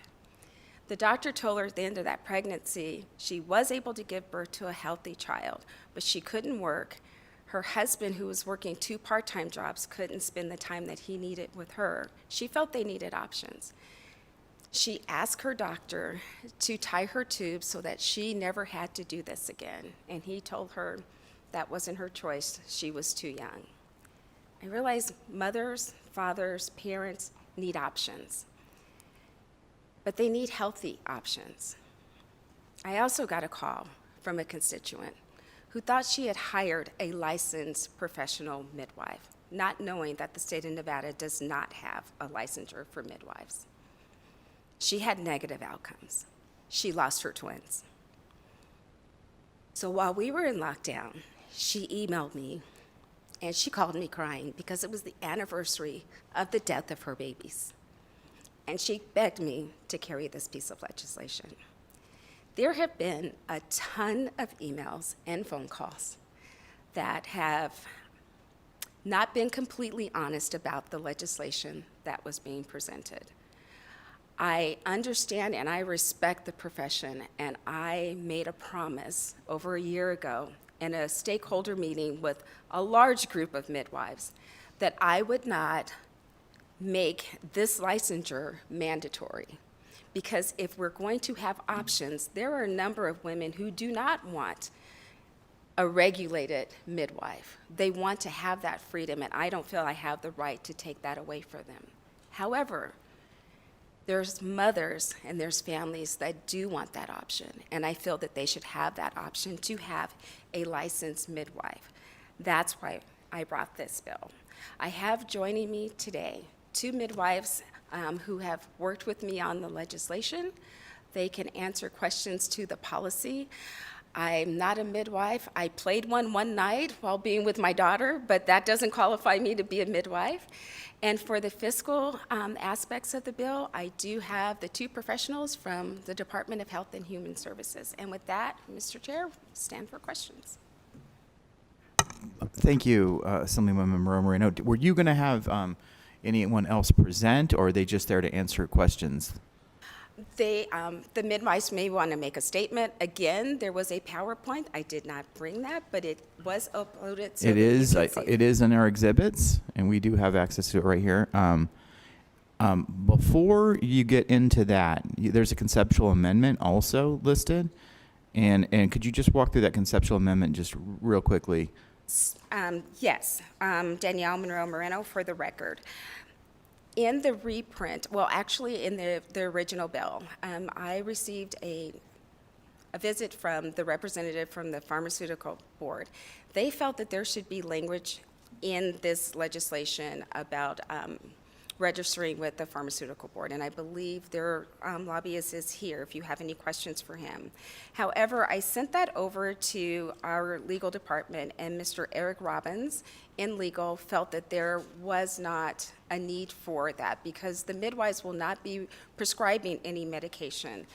It specifically states in the bill that midwives will administer medications and what those medications are, but they will not be prescribing it.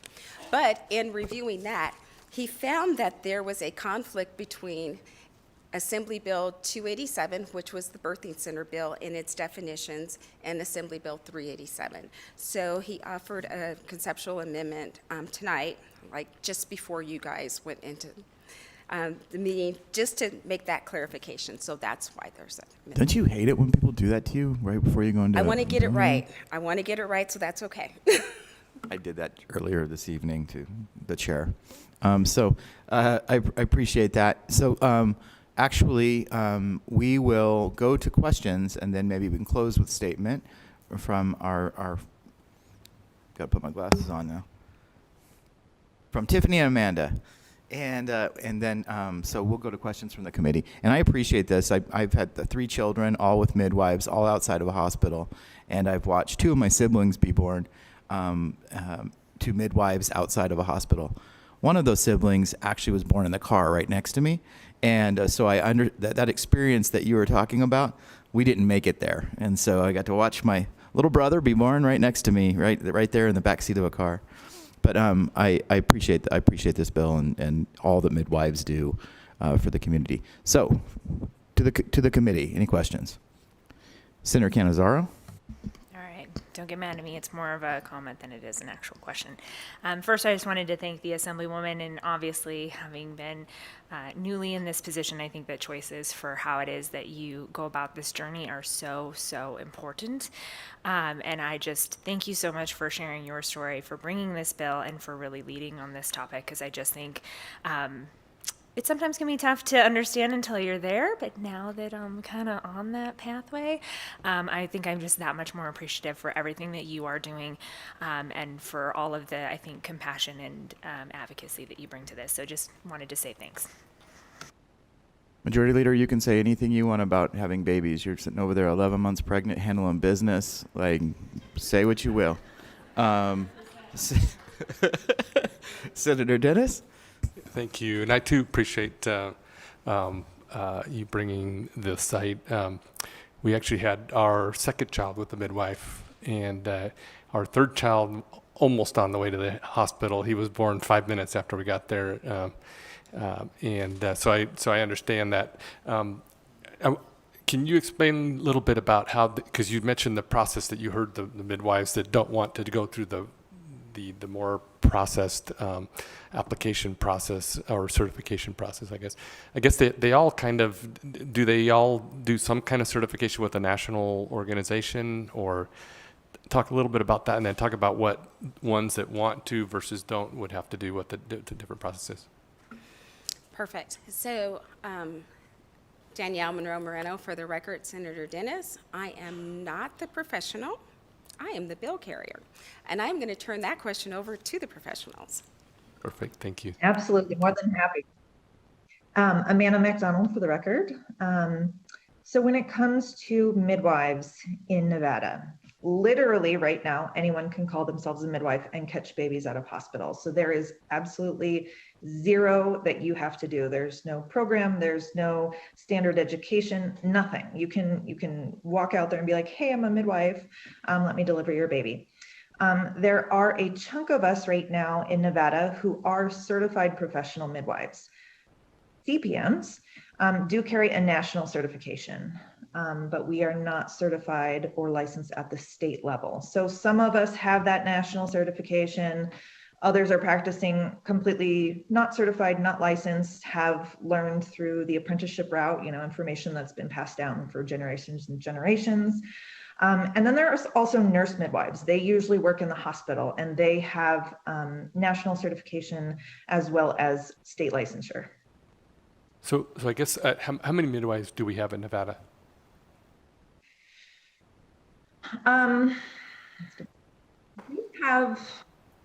We counted about 20 CPMs is what we came up with, or CPM students that are near graduating. So overall, some of the midwifery groups right now that I'm seeing on social media are claiming we have between like 30 and 60, depending on who you ask. Sometimes that number seems to jump exponentially and then kind of come back down. So we don't know exactly how many midwives there are in the state, because again, there's no registration, there's no certification. You can't look it up. You can't see if someone has been practicing for 5 years or 1 year, or 2 years, or 3 days. You can't tell if they've had any complaints against them, if they've had problems, because there's no registry. So we can't give a solid number on who's practicing in Nevada without some sort of licensure process. And then in addition, there's also the certified nurse midwives on top of Correct. that, right? And how many of those do we have? Do you know? I'm not sure. No. I'm not sure. Okay. They're a completely separate entity.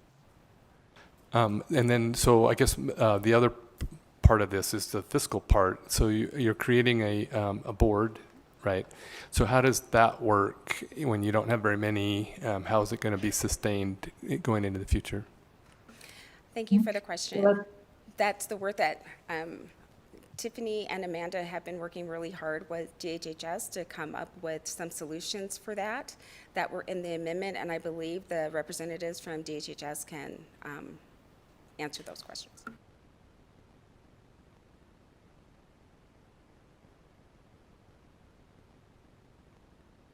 Good evening, Margot Chappell for the record. We were able to, after discovering that there were so few certified professional midwives, reduce the fiscal note. It's about in half. We are, and it has been sent to be posted to Nellis based on reprint 2. There's 92,877 is anticipated for year 1. That would cover the work of a health professional health program specialist 2, who would oversee the program. In year 2, we anticipate $117,725 for a total of $235,450 over the biennium. And we were able to reduce the fiscal note partly because the board of licensed certified professional midwives will be generating the list of training as well. And so we were able to reduce the staffing by one person. Please let me know if you have other questions. Thank you. Just to follow up to that, so how much would they be, how often would they have to renew their license, and what would the actual charge be? We will establish that. I'm sorry, Margot Chapel, for the record. We will establish that in regulations. Right now, we're looking at 2 years, every 2 years, and no more than $1,000 a year in the statute.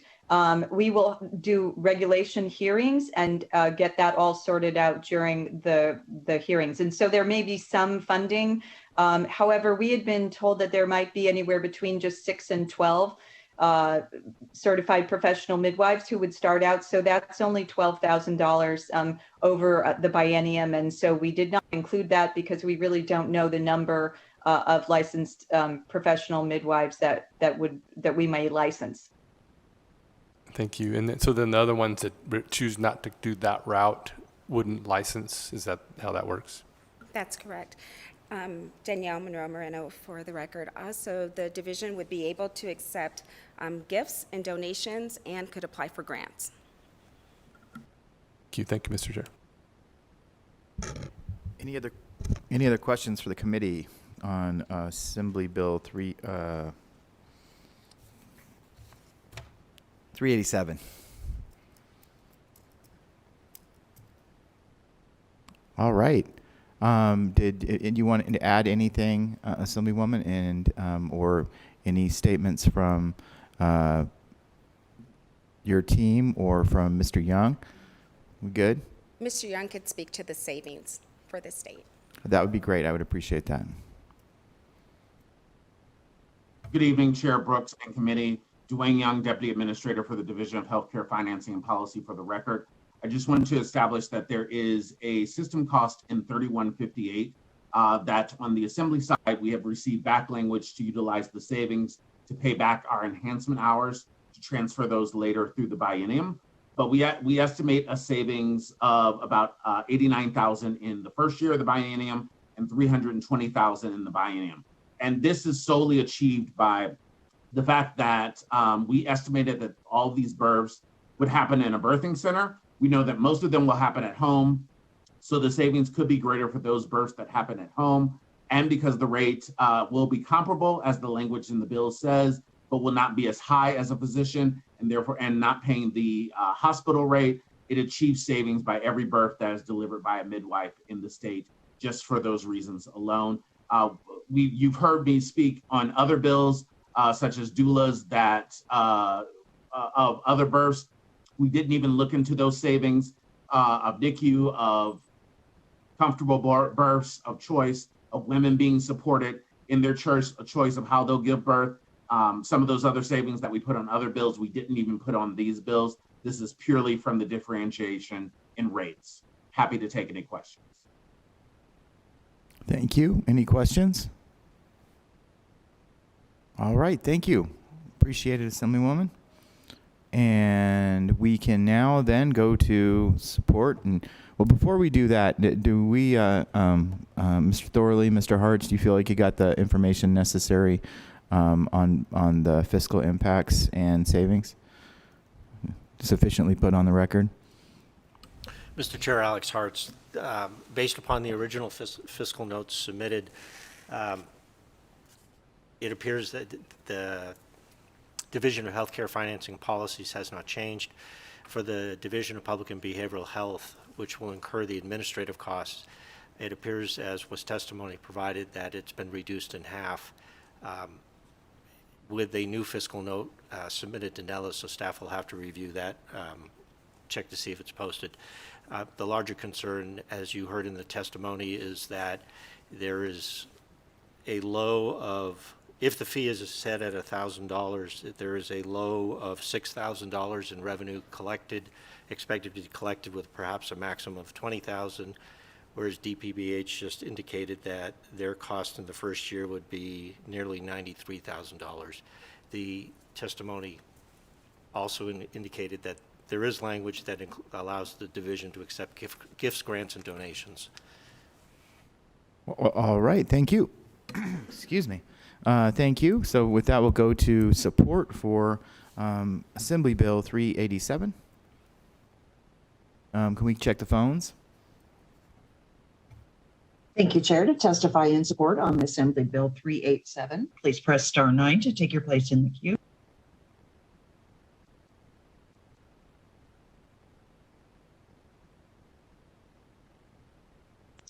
Chair, there are no callers in support at this time. Thank you. Do we have anyone in opposition to Assembly Bill 387? Thank you, Chair. To testify in opposition on Assembly Bill 387, please press *9 to take your place in the queue.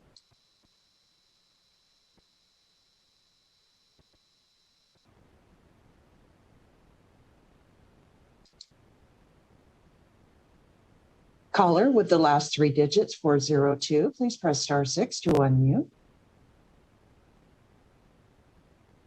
Thank you, caller. Please slowly state and spell your name for the record. You have 2 minutes and may begin. Hello, my name is Cassia Lopez, Bassialopez. I am a mother in Southern Nevada, home birthing mother, currently planning my third. And I want to just make sure it is on the record that there are hundreds of families here in Nevada opposed to this bill who have voiced their opinions to their legislators, and we are not misinformed. We have read this bill with our own eyes, followed this bill with our own time, and decided with our own minds that we do not want this bill. And I'm not going to speak for the midwives, but that is I want that on the record. Thank you very much. Thank you. Can we see if we have any other callers in opposition? Thank you, Chair. To testify in opposition on Assembly Bill 387, please press *9 to take your place in the queue.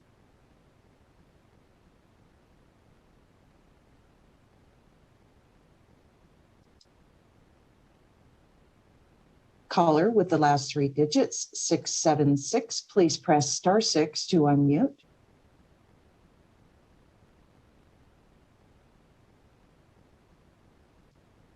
Caller with the last 3 digits, 676, please press *6 to unmute your microphone. Thank you, caller. Please slowly state and spell your name for the record. You have 2 minutes and may begin. Hi, my name is Rebecca Wells, last name Wells. I'm a Nevada midwife for approximately 11 years, and I oppose this bill. This bill does not have the support of the majority of Nevada midwives. Only a few, approximately 6, plan to pursue licensure under this bill. I am also representing Nevada Midwives Association, which is an inclusive organization for all midwives, which was formed in the 1980s. We informally polled our members and as many midwives in the state as we could find, which was approximately 60. The vast majority of those midwives are opposed to this bill. Of all Nevada midwives, only 3 midwives in the entire state took the educational pathway that the bill is requiring after 2025.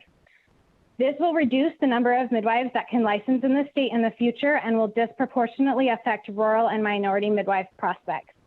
Many of NMA midwives are in favor of licensure, but do not support this bill because it eliminates the most common educational pathway for midwives in the state.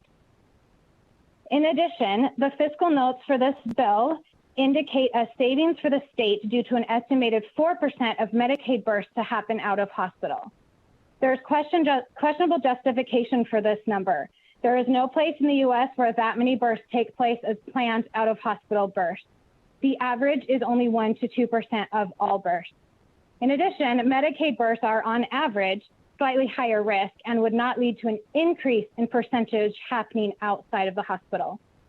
There are many other problems with this bill, and I remind you that the vast majority of Nevada midwives oppose this bill, as well as the majority of Nevada families who have spoken out against it, as Cassia mentioned. Thank you. Thank you. Next caller in opposition, please. Thank you, Chair. To testify in opposition on Assembly Bill 387, please press *9 to take your place in the queue.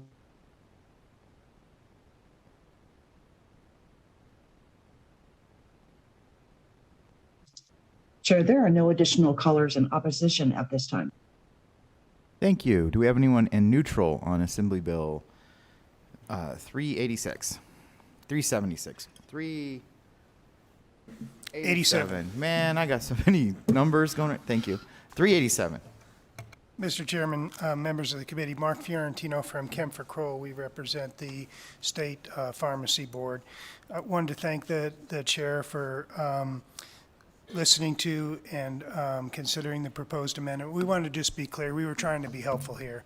We were worried that the earlier version of this bill, to the extent that these new professionals were going to be possessing and dispensing medications, that they could legally do it under the pharmacy board rules. We certainly don't want to second guess your LCB staff, so now you have our amendment if they think it's necessary and to achieve that goal, and if they don't, that's okay with us too.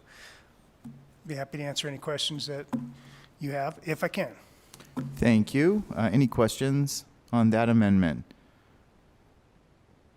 All right. Thank you. Appreciate it.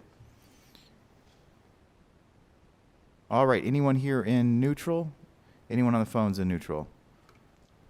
Thank you, Chair. To testify in neutral on Assembly Bill 387, please press star 9 to take your place in the queue.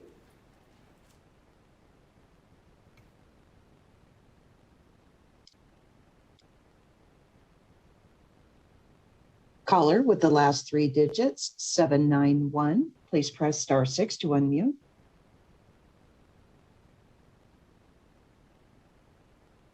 Caller with the last 3 digits, 791. Thank you, caller. Please slowly state and spell your name for the record. You have 2 minutes and may begin. Good evening, Chair and members of the committee. For the record, my name is Romina Paulucci. How wonderful it was to hear of positive home birth experiences. Thank you so much for sharing them. I had called and perhaps I missed my turn in opposition, but regardless, I would like to commend all of the work. I see the nurturing that has gone and the intention and the personal connection to birth that the supporters have. However, I would like to address that before regulating and placing restrictions, there was not an attempt to reach out, connect with, understand the values of these midwives and families that also exist in Nevada, families that I connect with and serve, just how tribes have been colonized in the past, midwifery, and the wisdom, the sacred wisdom that has been passed down is being lost. I keep hearing of savings. We're speaking of fiscal savings, but we are losing sacred wisdom and the divine feminine. I ask you to please remember that most midwives in Nevada have been in opposition of this bill, and our voices have not been heard. And perhaps they have been heard, but we have not been acknowledged. It's a wonder that it has reached this far, this bill, because there is strong opposition and not enough connection. Not enough midwives and families have been invited to this conversation. In fact, people who have never attended birth, home birth, and perhaps never will, have been invited more to this conversation than families and mothers who choose this. I'd like to close my statement with a pause similar to immediate postpartum.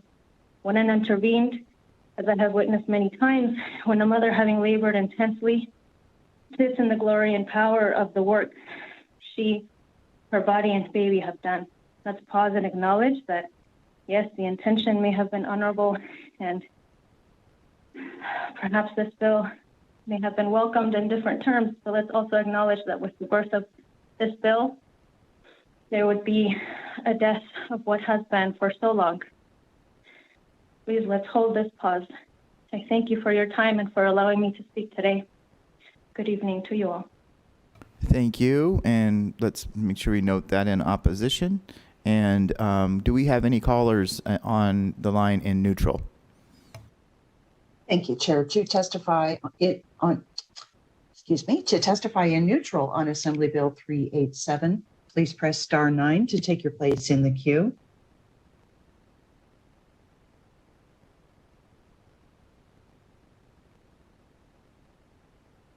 Chair, there are no callers in neutral at this time. All right, thank you. Well, with that, we can close the hearing on Assembly. Oh, yeah, come right up. Please come up, Assemblywoman. Thank you, Chairman Brooks. Danielle Monroe Moreno for the record. I would just like to clarify something that was said in the opposition. I started holding stakeholder meetings over a year ago with no less than 20 midwives. I believe some of the meetings got close to 40 midwives. Once the session started, I knew that I couldn't actually be at those stakeholder meetings, but Tiffany and Amanda did attend, along with the representatives from Make It Work held town halls and meetings with representatives of different diversities to make sure that people had their voices heard. There have been, as you see this, the second reprint, before it was ever brought out of LCB, all of the information and collaboration was put into the bill and changes made to the bill. As I said in my opening statements, licensure we don't have in the state right now, so I'm not impacting anyone's license because we do not have one. However, if we pass this bill, we will have an option for midwives who choose to get a Nevada state license. But those who choose not to get it will still be able to practice the traditional midwifery practice. Thank you. Thank you for that clarification, Assemblywoman. And someone who's worked with you for 5-6 years now, I know that there is never any shortage of stakeholder outreach and lots of conversations. As a matter of fact, I was involved in some of those even before we got into session. So I can speak from experience that there was quite a bit of conversation on this issue. So thank you, Assemblywoman, and we'll close the hearing on Assembly Bill 387. And we will open the hearing on Assembly Bill 376. And that will be presented this evening by its bill sponsor, Assemblywoman Torres. And come on up. And I see Mr. Kagan on the Zoom up there as well. Hello, good evening, Chair Brooks and members of the Senate Finance Committee. For the record, I am Assemblywoman Selena Torres, and I proudly represent Assembly District 3 in the heart of Las Vegas, Nevada, and in what I think is the best Senate district in the state. I am here today to discuss AB 376. Quickly, I will go ahead and do a walkthrough of the piece of legislation, as I know it is the first time that it is being heard in this House, and then we will discuss the fiscal note, and then I will hand it over to Professor Mike Kagan for some additional remarks. Section 16 through 19 address the Keep Nevada Working Task Force, which is under the Office of Lieutenant Governor.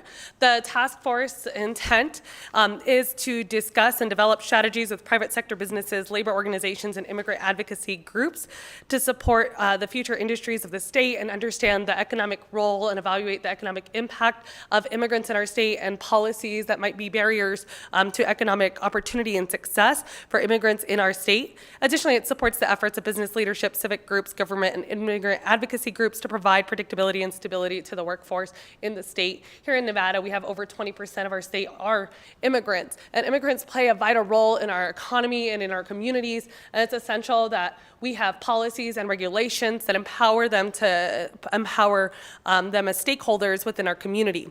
Section 20.6 and 20.9 require that the Attorney General creates model policies regarding how federal immigration is working with the public sector, including local law enforcement agency and schools. This is an opt-in, so local law enforcement agencies would not be required to implement the policies created by the Attorney General, but they would have the policies. And throughout throughout the last year, many law enforcement agencies have expressed that, it's hard for them, that, advocacy groups are, upset with the policies that they have, but that there has been no model policies implemented or required by the state. So this allows at least for model policies to be created so that local law enforcement agencies had some type of guide, but they are not required to opt into those policies at this time. The next piece of this legislation is Section 26.5, which is an appropriation from the State General Fund of $500,000 for the purpose of pro bono legal services of immigration law to the UNLV Immigration Clinic. The UNLV Immigration Clinic plays a key role in our community in ensuring that there is representation for unaccompanied children, deportation defense, and university legal proceedings. This funding would allow for new direct service positions so that they could expand services in the community. So it's not going to be for professional, it's not for the teaching at the School of Law. This is really focused on ensuring that there's a new attorney or paralegal positions who will directly defend immigrant children and families. We know, unfortunately, and I think Professor Kagan can speak to this more, that all too often immigrant children are without representation. And so UNLV Immigration Clinic in our community plays a key role in that representation, but unfortunately they can't represent everybody with the service, with the funding that they currently have. So this will allow for them to expand their services to ensure that more immigrants that are undergoing deportation proceedings in our community have access to representation, which is truly key. I can't imagine being in a situation where you have, as an educator, I think of my students, I can't imagine them being required to represent themselves in court. And unfortunately, that's all too often what goes on in our immigration courts within the state of Nevada. And so this legislation allows for additional funding so that there is representation for kiddos that might be undergoing deportation proceedings. I think that at this time I will hand it to Professor Kagan, who can also speak to a little bit more of the partnership between the UNLV Immigration Clinic and the Immigrant Justice Corps, which will also allow for this funding really to be expanded. It won't just be a $500,000 investment into the UNLV Immigration Clinic. It's also an investment to ensure that we can continue to improve the partnership with IJC and have even more representation than what this money would cover. Thank you, Assemblywoman Torres, and thank you, Chair Brooks, for holding this hearing. For those who are not familiar, I'm very happy to at least very briefly introduce the Immigration Clinic. At UNLV, I can go on about our work at some length, but I'll try not to do that here. We are on one level within the law school. Clinics are a form of you could think of them as a teaching hospital for law students. And they're part of the educational program at the law school. But that is not what AB 376 is about. We are also a community service that offers free legal services to the community. This bill, I want to be really emphatic about this, the money that's appropriated, the $500,000 in this bill, would not go to faculty salaries, including mine, for what it's worth. It will go all to direct service to the community. And it's that community service role that has become so important with the UNLV Immigration Clinic. What sets us apart, unfortunately, to be frank, in Nevada is our focus on deportation defense. In Las Vegas and in Nevada, we have a very, very large immigrant population, as I'm sure you know, but we do not have any organization dedicated to legal defense, specifically deportation defense of immigrants. And there are other organizations that do extremely important work because there's a lot of work to do, but we are unique in that. And unfortunately, therefore, we are often witnesses to what happens to a family or to a child when they are threatened or a family member is threatened with deportation. Our largest group of clients are unaccompanied children. We have been doing that work since 2014. Most of them come as middle schoolers or high school age. We have had clients under 5 years old at the beginning of their cases. They are fleeing unspeakable violence quite often, and often grotesque abuse and neglect.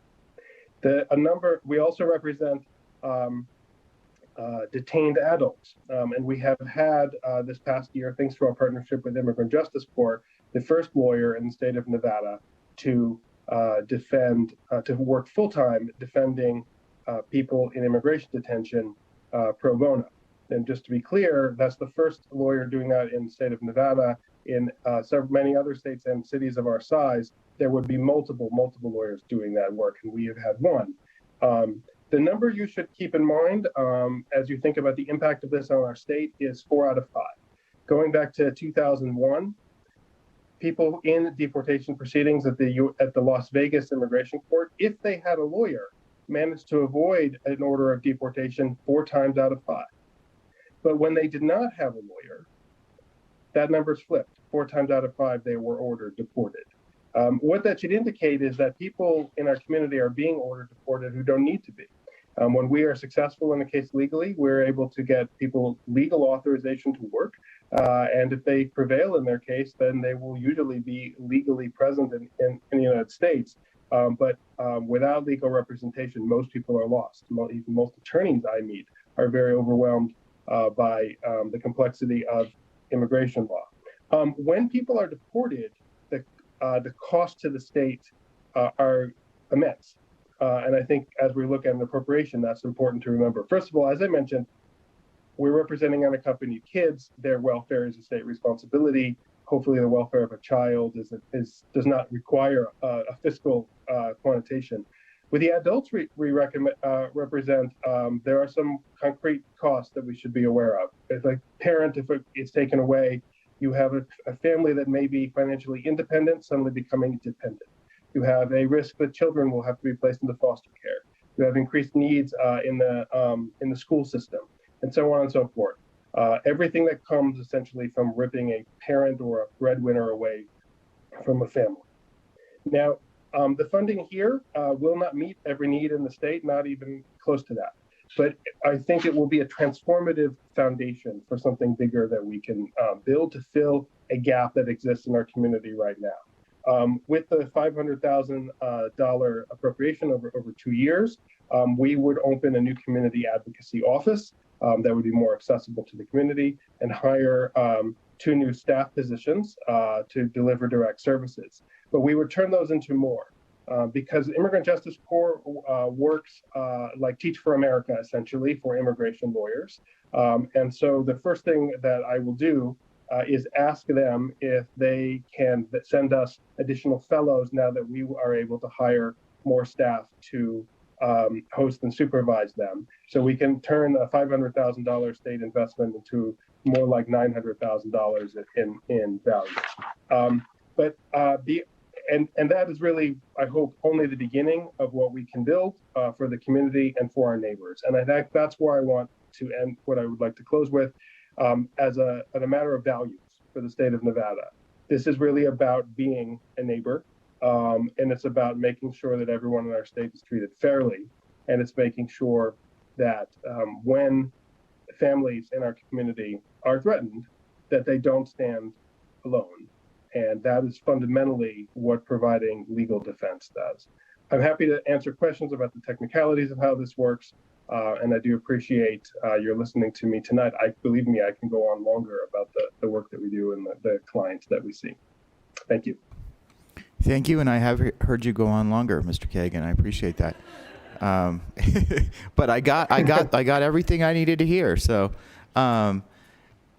One question I do have for you, Mr. Kagan, and maybe for you, Assemblywoman, is have you had any commitments from like nonprofits, NGOs, philanthropical organizations, private donors to match what the state appropriation that you're requesting? You talked about the ability to leverage that, but is there an opportunity for like just going out and fundraising around it? And you put in here the language to accept gifts and grants around this. Have you had any sort of conversations in the community? So I can answer that maybe in part. I don't know if the Assemblywoman has anything to add. So I've had conversations about this bill once it was amended to include the appropriation with the Immigrant Justice Corps, our existing partner. I do need to speak carefully. They've not made an ironclad commitment to provide us additional fellows, which is essentially would be like matching funds. But I think it'd be fair to say, and I ran this language by them, they would be very happy to be asked. So I'm fairly confident that we'll be able to do that. On a national level, the Vera Institute sometimes provides matches to states or localities for doing universal representation or pursuing universal representation of people in deportation proceedings. I don't think that they've been contacted in reference to this bill. I think that would be useful to pursue with them, and I think it might be fruitful, but I can't speak for them. Thank you. Assemblywoman? Thank you. Assemblywoman Torres, for the record. And just to build off of that too, we'd be one of only a handful of states that have already started, ensuring that immigrants have representation in deportation proceedings too. So I think that, we'll be paving the way throughout the nation, really being a model to our neighboring states of what true representation looks like.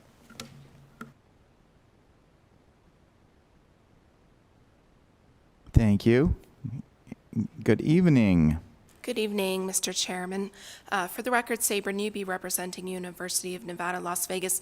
I personally have had some discussions with local governments, particularly around the location of the offices, as Professor Kagan has talked about, trying to get more out into the community. That's been a priority of our new president, President Whitfield, and so there have been discussions about that. But all of that is sort of predicated on the expansion of the services. So it's a little bit of a chicken or the egg sort of situation at this point.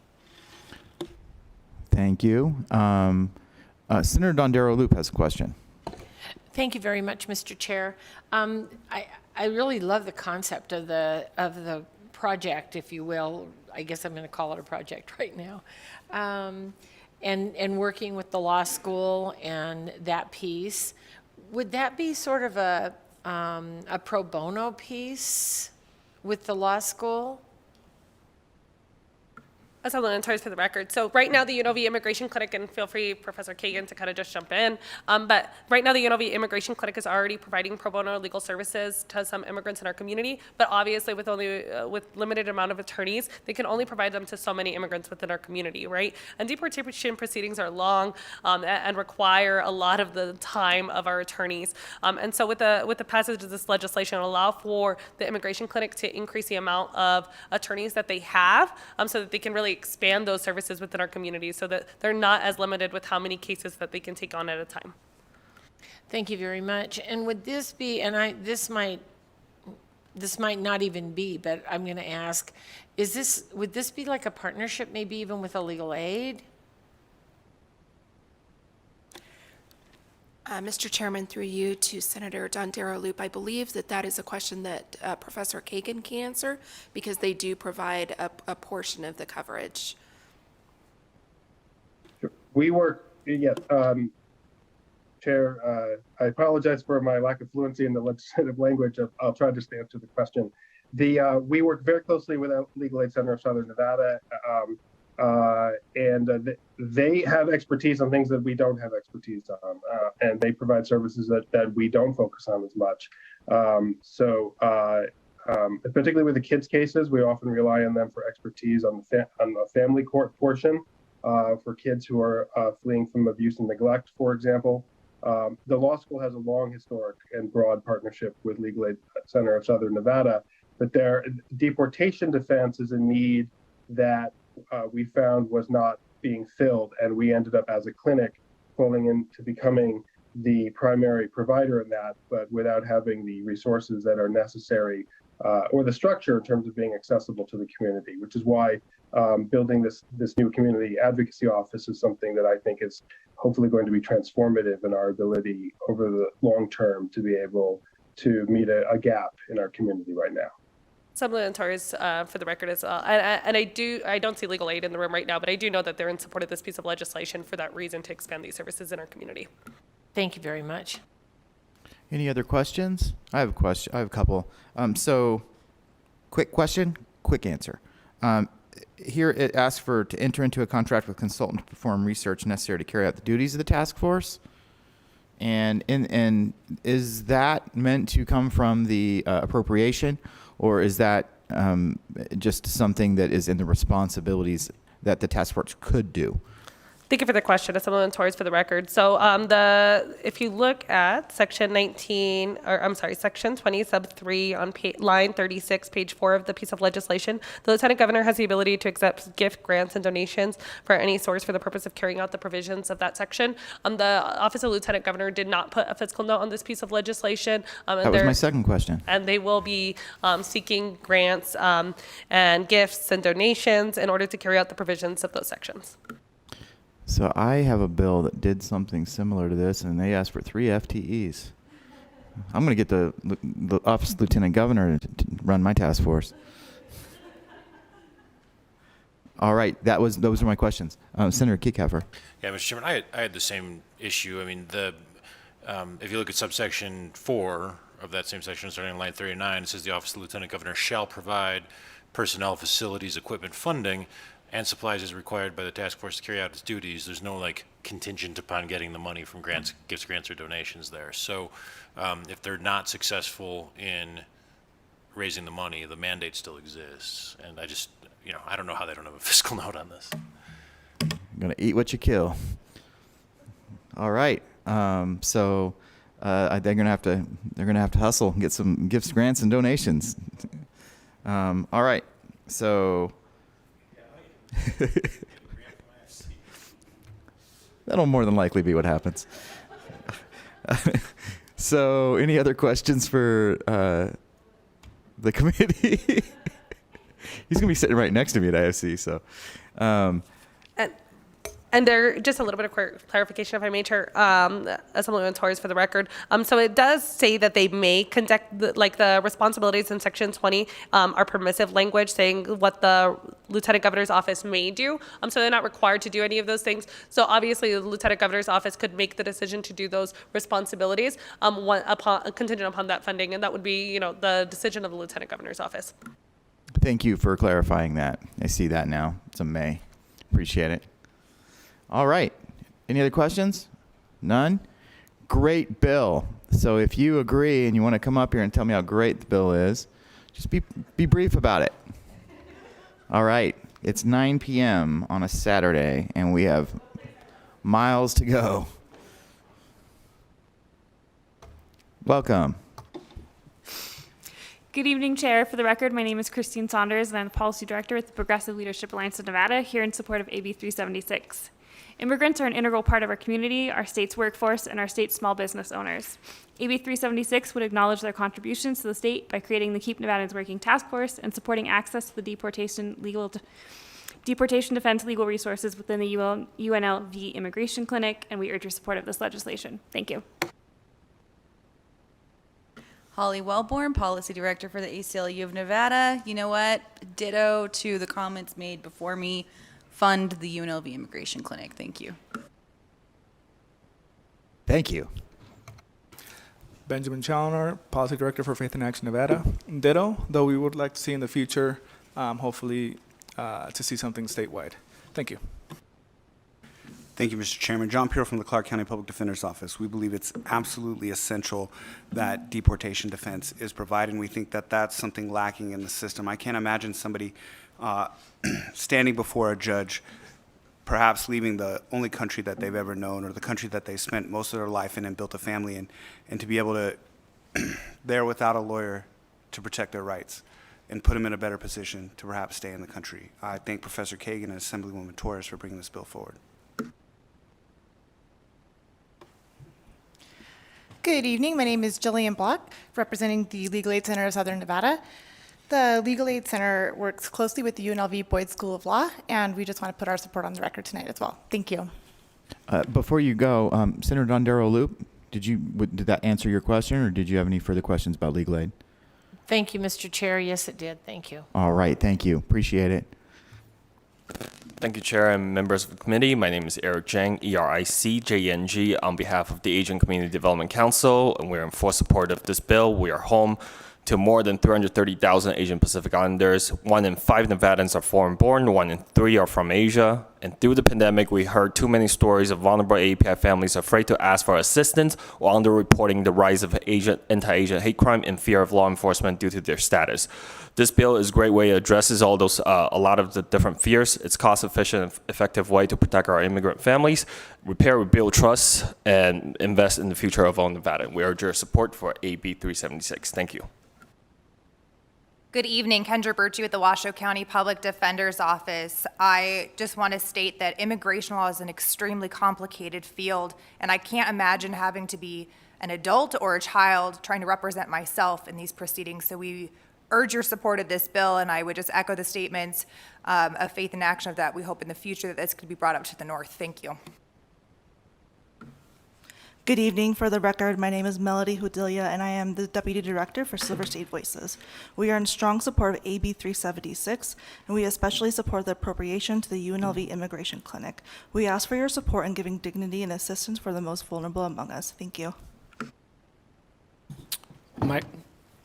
Not an earthquake. Michael Flores on behalf of myself in strong support of AB 376. I've seen the great work that Professor Kagan's done, not only in Southern Nevada, but throughout the state, and all the families that he's worked with.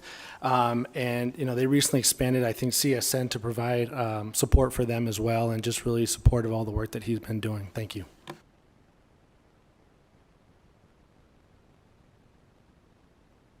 All right, thank you, and thank you for being so brief with your remarks. I know that's important, and you wait a long time to be able to give them, and then, but we are trying to move some stuff along, so I really appreciate you cooperating. So we'll go to the phones and see if there's anybody in the phones in support of Assembly Bill 376. Thank you, Chair. To testify in support on Assembly Bill 376, please press star 9 to take your place in the queue.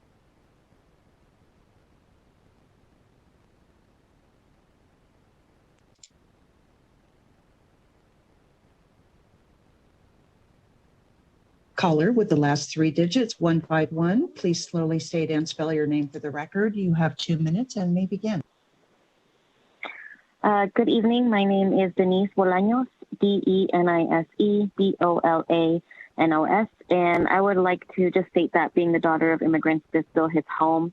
But then as an adult, having worked a number of years as a community liaison in schools from elementary to high school, and seeing the effects that deportations have on our communities, specifically on children who are living in environments that are already low-income, low-resource communities, and then that often have a language barrier on top of those things. It's nice to see a bill like this that would make a world of difference to people facing these incredibly hard situations, and I hope that you'll support this bill, and if it does come to fruition, I'm excited to see it grow. Thank you.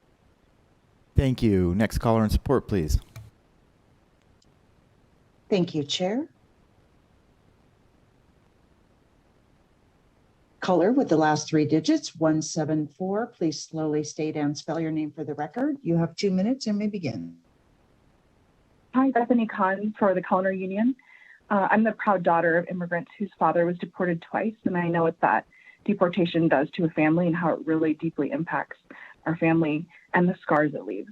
I'm calling in today on behalf of the Culinary Union and of the 60,000 hospitality workers and 145,000 Nevadans who are part of the Culinary Union family. The Culinary Union is Nevada's largest Black AAPI and immigrant organization with members who come from 178 countries and speak over 40 different languages. We are a member of the Nevada Immigrant Coalition, and we urge the Nevada Legislature to pass and support AB 376. Thanks. Thank you. And next caller in support, please. Thank you, Chair. Caller with the last 3 digits, 846. Please slowly state and spell your name for the record. You have 2 minutes and may begin. My name is Adrian Larry. I'm just calling in support and agree with those on the other people on the call. Thank you.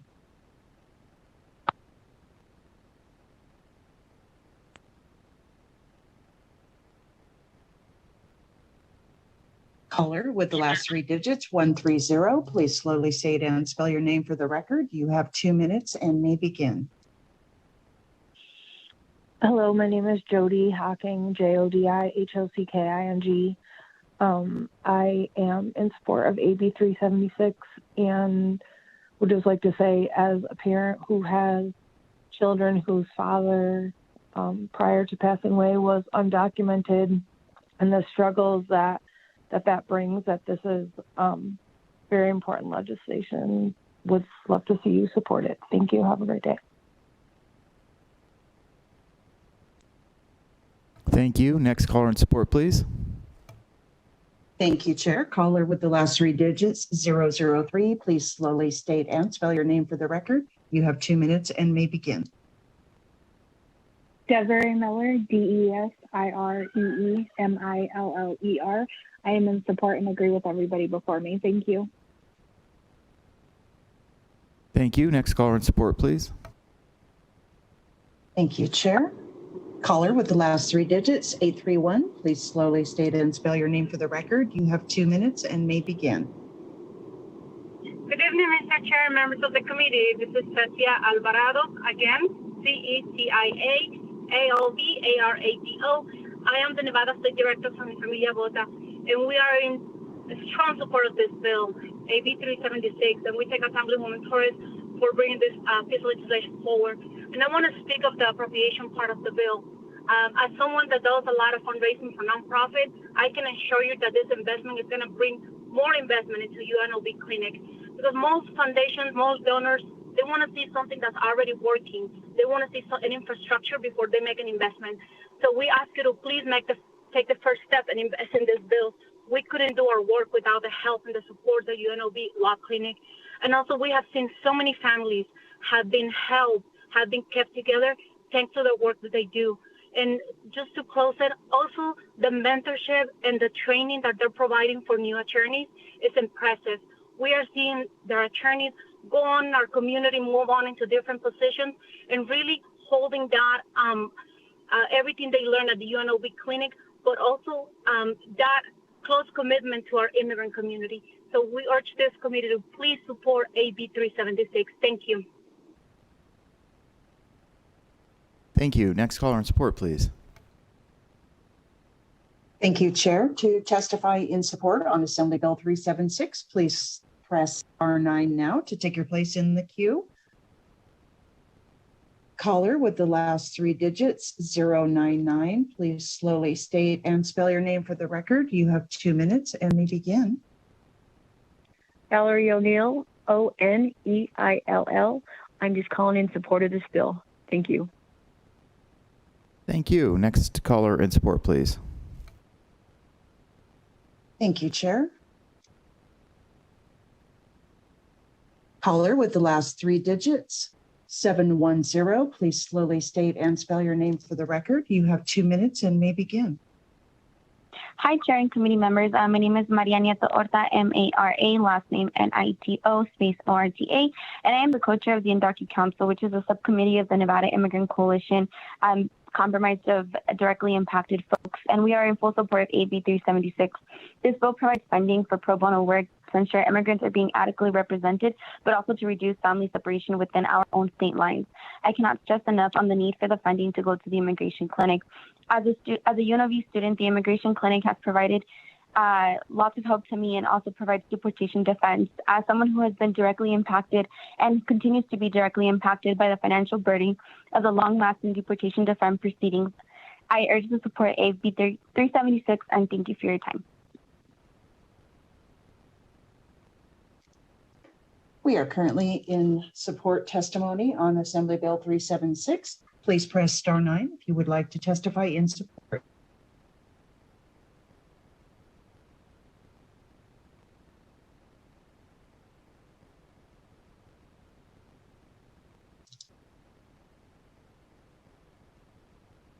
Caller with the last three digits, 388. Please press star 6 to unmute. Caller with the last three digits, 388. Please press star 6 to unmute.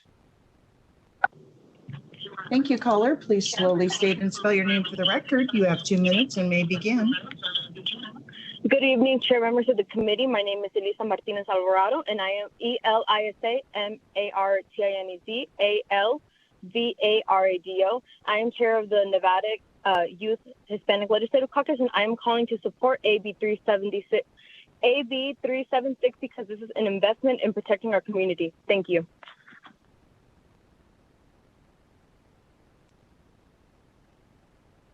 Caller with the last three digits, 920. Please slowly state and spell your name for the record. You have 2 minutes and may begin.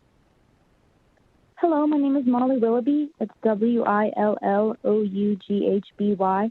I also am calling support of this bill, AB 376. I want to second everything that has been said so far and note that I also would like to eventually see this sort of work expanded more to the north as well. Thank you.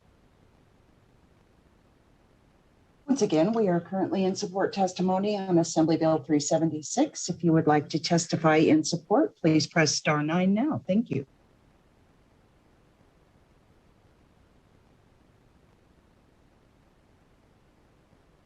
Chair, there are no additional callers in support at this time.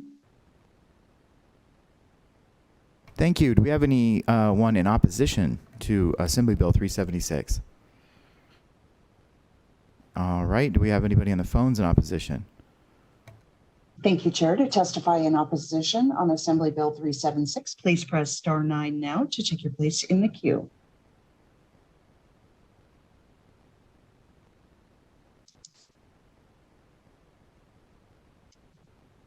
Caller with the last three digits, 490, please press star 6 to unmute. Thank you, caller. Please slowly state and spell your name for the record. You have 2 minutes and we begin. Cyrus Ojati, Cyrus Hojjjaty. Correct me if I'm wrong. This is taxpayer support for individuals who fail to follow our immigration laws. This is unfair to my relatives who spend a lot of time and energy following immigration law. The fact is, this is an incentive for breaking the law, and it's not efficient in times of massive surges of increase currently at the border. The fact is that, yes, deportation can be harsh, and it's true that the immigration process is tough, but what we should be doing is finding out and auditing employers and e-verifying every single employer to make sure that we reduce the incentives of people who fail to follow our immigration law to continue. I also believe birthright citizenship is the problem, which is why families are being separated. Harry Reid was against it in 1993. I can tell you, as a resident of the state of California for 25 years, the state has been very generous for immigrants, regardless of status, has resulted in an increase in taxpayer-funded benefits, has resulted in increase in taxes. And look at the state now. Companies are leaving in droves. It's absolutely a nightmare. And what I'm really upset about the most is politicians that are putting American citizens under the bus and are putting the needs of non-citizens over the American people. We urge you to vote no on this bill and put American citizens first and give employment opportunities and other opportunities to American citizens. Thank you so much. We appreciate. Thank you. Next caller in opposition, please. Thank you, Chair. Caller with the last three digits, 859. Please slowly state and spell your name for the record. You have 2 minutes and may begin. Good evening. This is Janine Hansen, Janine Hansen. I am the state chairman of the Independent American Party. Although the fiscal notes on AB 376 are not large, it does include an appropriation for $500,000 to the Boyd School of Law to pay legal fees for illegal aliens to be paid for by the taxpayers, which we oppose. Nevada taxpayers already pay exorbitant taxes supporting illegal aliens. FAIR estimates that the annual fiscal burden on Nevada taxpayers associated with illegal immigration to be about $630 million, and that was clear back in 2008. This equates to an annual average cost of about $763 per native-born headed household in the state. In addition, there is a cost to the state's economy resulting from remittances being sent that amount to about $618 million in 2006. According to the Center for Immigration Studies, 62% of households headed by illegal immigrants use one or more welfare programs. Originally, AB 376 contained honest language restricting law enforcement from cooperation with federal immigration. Although that portion of the bill was amended out, the current bill will do the same thing, but behind the backs of Nevadans by having the Attorney General, quote, publish model policies for limiting to the fullest extent possible immigration enforcement. This is nothing but a stealth sanctuary state bill protecting illegal aliens and jeopardizing the safety of Nevadans. AB 376 creates a deceptively named task force to keep Nevada working for illegal aliens. What about legal citizens of Nevada who are out of work Could and who we have wrap lost up their jobs your and businesses testimony? We're during coming to this? the end of the Yes, time. I'm almost finished. Can you wrap up your Yeah, I'm testimony? just about done. Oh, okay. Yes, and businesses during this emergency. So who will represent taxpayers' interest on the task force? Please vote no on AB 376, sanctuary state legislation. Thank you. Thank you. Next caller in opposition, please. Thank you, Chair. Caller with the last three digits, 105. Please slowly state and spell your name for the record. You have 2 minutes and may begin. Good evening, Chairman and Committee. This is Lynn Chapman, LYNNCHAPMAN, and I'm the State Treasurer of the Independent American Party. We should be using our state's resources and tax dollars for Nevada citizens, especially with the pandemic problems we have had over the past year. Americans have lost their jobs, businesses, and sometimes even their homes. You want us to pay for a task force program to keep Nevada working, which does not include Americans, but only includes people from other countries in our country illegally. Pay to strengthen their career pathways, give more money for their programs for education, housing, and health care, and now you want to kick in $500,000 and up for their defense for breaking our laws.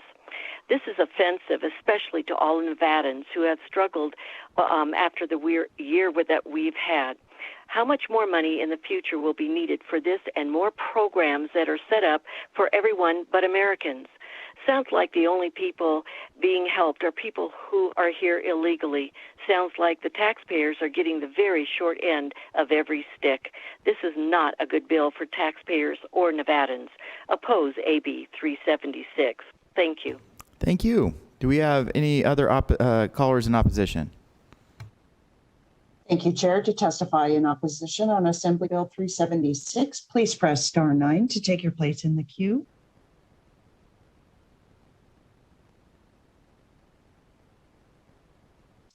Chair, there are no additional callers in opposition at this time. All right, thank you. Anyone in neutral on Assembly Bill 376? There's nobody here in the room. Anybody on the phone? Thank you, Chair. To testify in neutral on Assembly Bill 376, please press star 9 to take your place in the queue.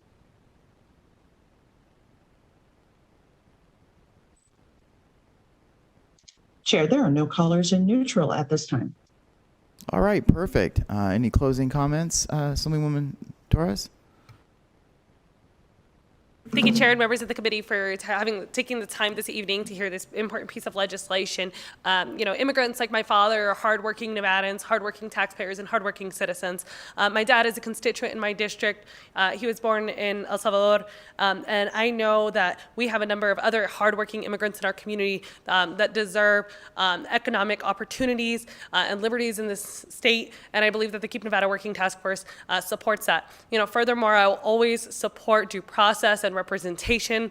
I'm excited to see this collaboration between the state of Nevada and the UNLV Immigration Clinic, because I know that this will help ensure representation in immigration cases, especially for our most vulnerable, like our kids. So I really thank this committee, and I thank Professor Kagan for coming on this evening to join this meeting. Thank you. Thank you. And with that, we can close the hearing on Assembly Bill 376 and take a very quick recess.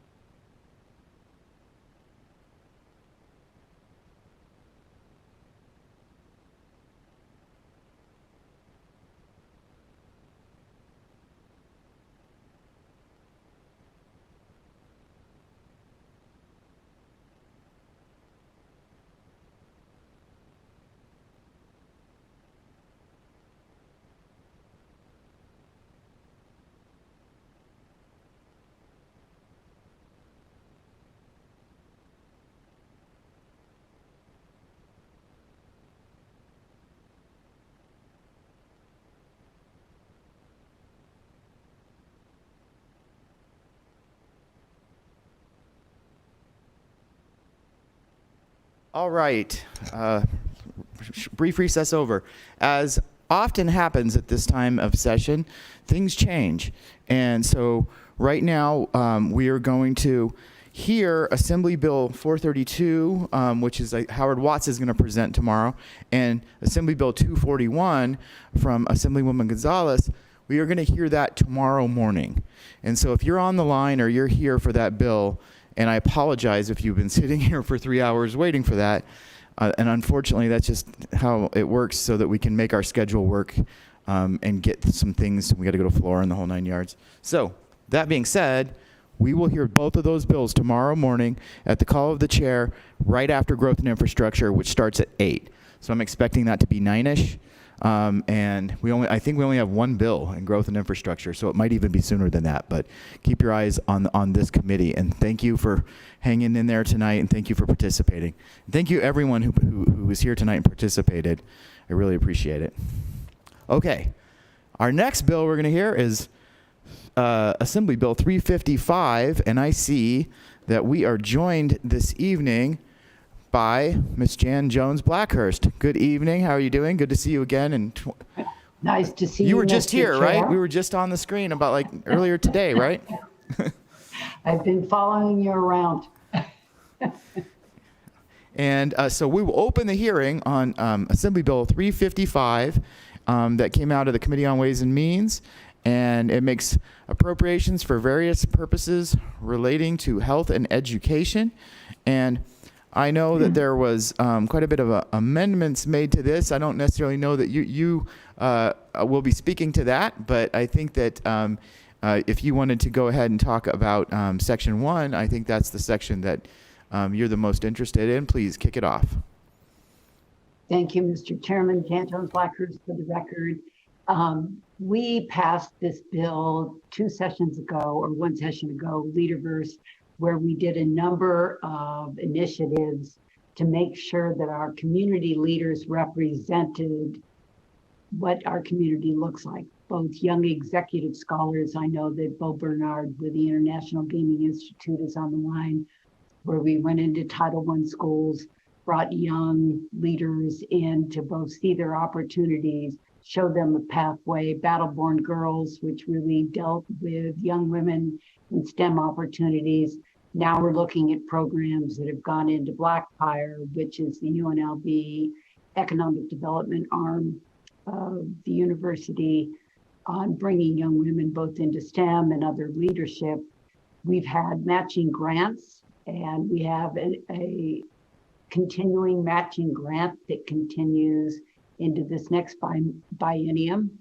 And so we're respectfully asking for the dollars to continue the programs that have been hugely successful in these last 2 years. And if Bo would like to speak, I would love to give him the opportunity as well. We also appreciate, Mr. Chairman, your taking the time to still be here at this time of night, trying to do what's best for all of us in the state. Oh, thank you. I appreciate that, Miss Jones-Blackhurst. We have many hours to go tonight still. Well, I guess we only got about 2 more hours to go, and it's not tonight anymore. Yes, if Mr. Bernard's there, we'd love to hear from him. Thank you, Mr. Chairman. This is Dr. Bo Bernhardt. I'm the Executive Director at UNLV's International Gaming Institute, and speaking in proud support of expanding the Leaderverse. In fact, I was doing the math. I started in the very same schools that are now Title I schools that many of these students started in. And when I did the math, I have now spent 40 years in various levels of public schools in Nevada. And for the support that this legislature has shown throughout, I'm exceedingly grateful. But among all the things that I've done in those 40 years, either as a student or now as a teacher, I've never been prouder of anything more than I am proud of expanding the Leaderverse. Let me give you some data for the first 2 years of the program that this legislature so historically supported 2 years ago with the first ever female majority state legislature. Here are the data.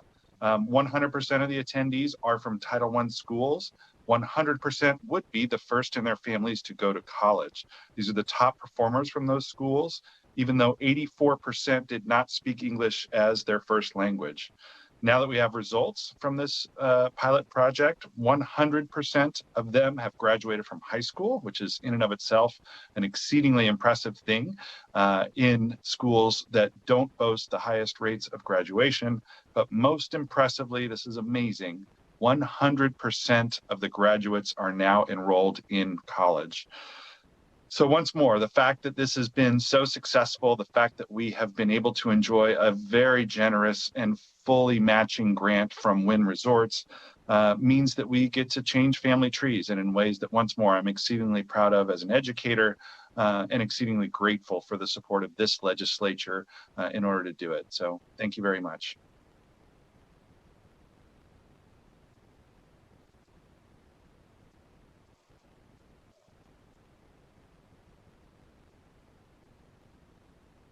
Thank you, Mr. Bernhard. Sorry, I had to run across the room and deliver some papers. So do we have any questions for either Mr. Bernhard or Ms. Jones-Blackhurst on Assembly Bill 355, specifically Section 1? All right. Well, I thank you so much. We will, I think, discuss. There's no one here to necessarily present the rest of the bill, but we will discuss that amongst ourselves as a committee. But thank you so much for presenting that. And, oh, come on up. Oh, okay. All right. So we'll move on to the other sections of the bill now, and we appreciate you presenting tonight and appreciate you staying up so late with us. Thank you so much, Chairman Brooks. Thank you, Mr. Chairman. Thanks, Bill. And so that is section. Mr. Chair, Chauncey Chowdhull on behalf of the Las Vegas Valley Water District. The Springs Preserve provision, I believe, is the last provision of the bill.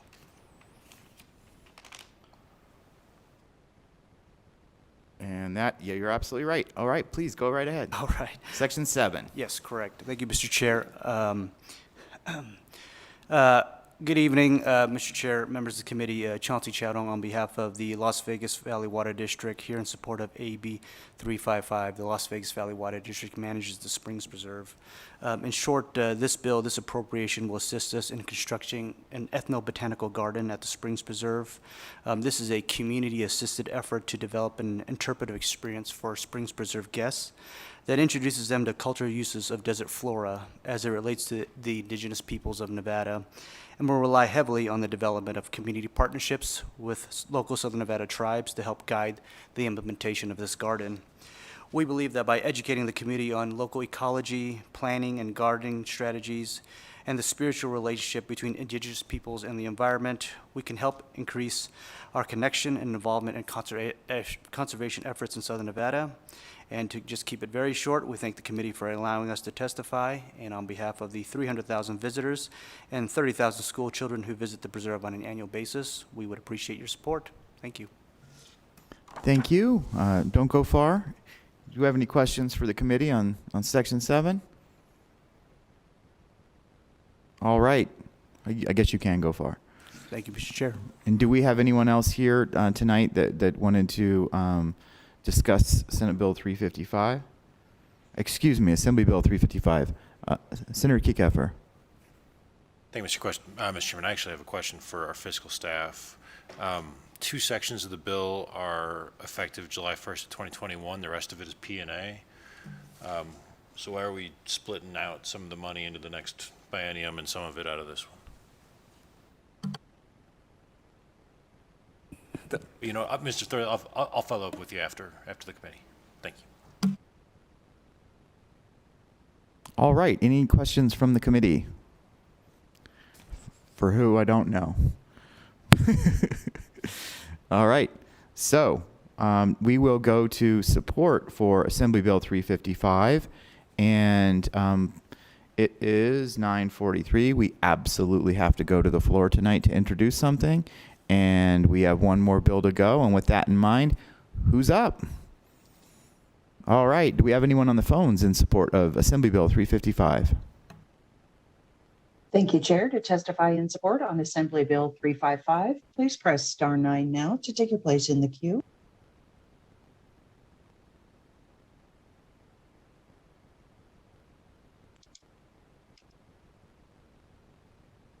Caller with the last three digits, 268, please press *6 to unmute.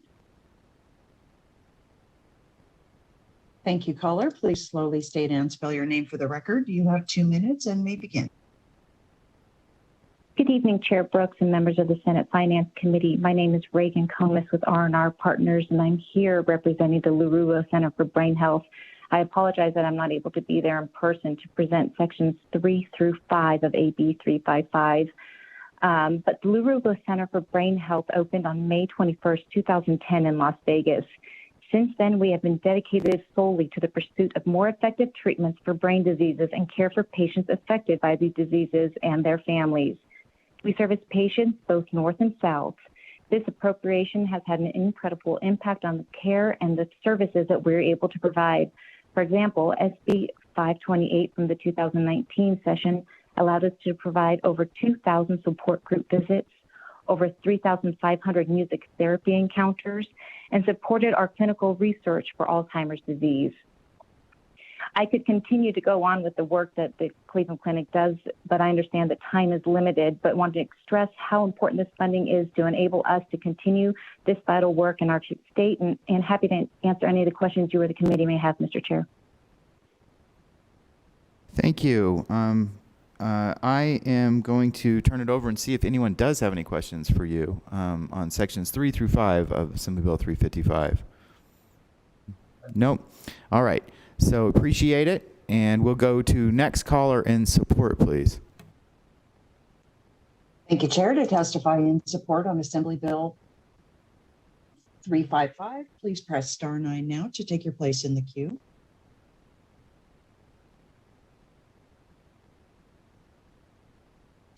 Chair, there are no additional callers in support at this time. Thank you. Do we have anyone in opposition to Assembly Bill 355?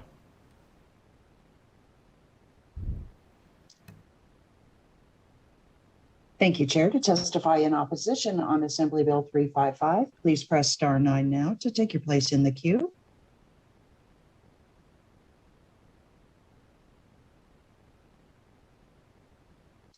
Chair, there are no callers in opposition at this time. Thank you. Do we have anyone in neutral to Assembly Bill 355? Thank you, Chair. To testify in neutral on Assembly Bill 355, please press *9 now to take your place in the queue.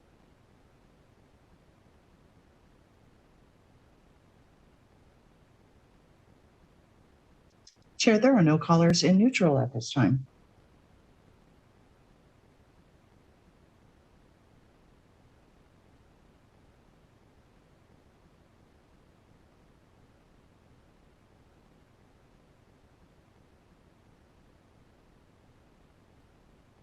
All right. So with that, we can close the hearing on Assembly Bill 355, and we will hear the last Assembly Bill of the night, and that is Assembly Bill 489. That is makes appropriations to the legislative fund for capital improvement projects, one-time building maintenance, information technology purchases, and dues for national and regional organizations. And we have with us Director Brenda Erdos, and to kick this off, and so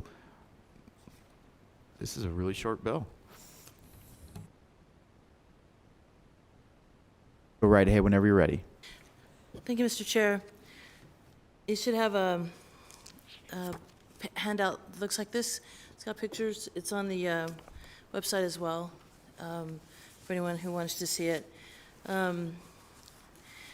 All of the things in this bill are really what I would consider somewhat extraordinary. They're all either related to the COVID-19 pandemic and the need for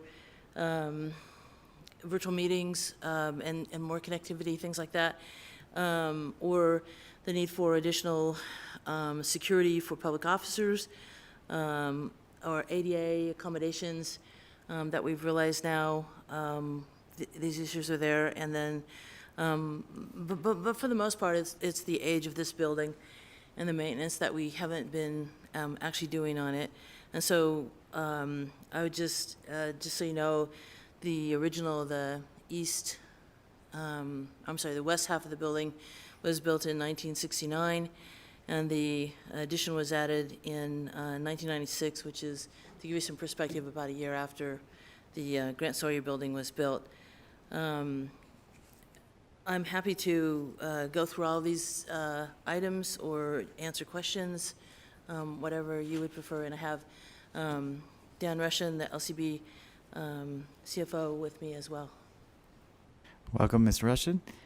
So we do have your exhibit. Your exhibit is on Nellis on tonight's meeting site under this bill, and there is line item descriptions throughout the exhibit for what you're trying to do here, and what the needs are. So do any of the committee members have any questions on the exhibit that describes what's in the bill, or on section 1 or 2 of the bill itself? And we have had discussions over the last few months on the needs of the building. What I do want to know is, when was this building originally built? And then when was this expansion, like the part we're sitting in right now, when was that built? The building was originally built in 1969, and it had that whole rock 1970s kind of look on the outside of it. And then the expansion addition was built in 1996. And I can answer any questions you have about that, because I was here at that time too. So, but not in '69. So the remodel, the wrap on the whole outside of the building, and then the remodel, and then the expansion was 1996, you said? Yes. That's 25 years ago. And this okay. was in the old part, by the way. What's that? This was in the old part, by the way. The line, it goes. Oh, yeah. It goes along. It's right there, actually. Huh? Yeah, it goes along the gift shop. And by the way, I thought the old building, the pictures I've seen in it were beautiful, and it's unfortunate we wrapped it in stucco, because it was beautiful. I thought it was beautiful architecture in the front, but. I have some of the rocks if you'd like one. Me and Assemblywoman Swank would talk about it all the time. So, okay. Any questions from the committee at all? All right. That was quick, and you waited a long time for it, so I appreciate that. That is our final bill for the night, too. So do we have anybody on the line or in the room in support of Assembly Bill 489?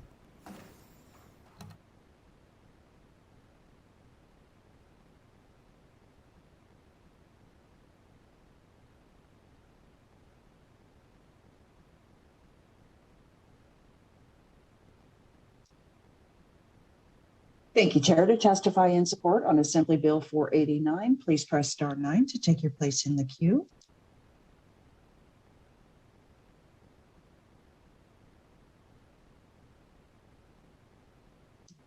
Chair, there are no callers in support at this time. Thank you. Do we have anyone in opposition to Assembly Bill 489? Thank you, Chair. To testify in opposition on Assembly Bill 489, please press star 9 to take your place in the queue.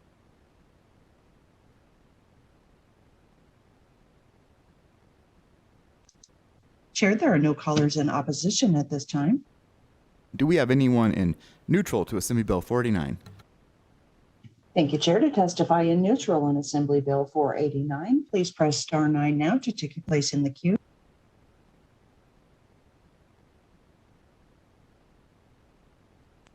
Chair, there are no callers in neutral at this time. All right. That we'll close the hearing on Assembly Bill 489. Thank you for coming, presenting that tonight, and thank you for waiting around so long. All right. We are not going to hear any other bills, and we're not going to work session because we have to adjourn so we can get the floor teed up. Is that correct? All right. So we will be coming back tomorrow, call with the chair. I have to go to a hearing first, but it'll be 9-ish, probably a little earlier than that if you're here. So just kind of keep an eye on it, please. And we have a minimum 2 bills to hear tomorrow, the 2 that we couldn't hear tonight. And we might have another after that, but I'm not exactly, I don't think we would have any further bills after that we can hear. And then we'll do a work session of the stuff that we didn't hear today, or that we didn't work session today, and possibly a work session on the bills that we hear tomorrow. And the last thing we have is public comment. So do we have anybody on the line for public comment?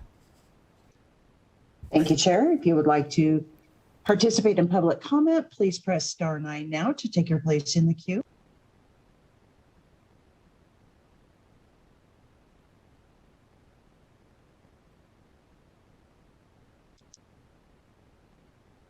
Caller with the last 3 digits, 402, please press star 6 to unmute.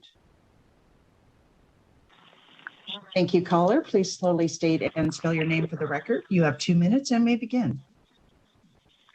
Hello, my name is Cassia Lopez, CASSIA-LOPEZ.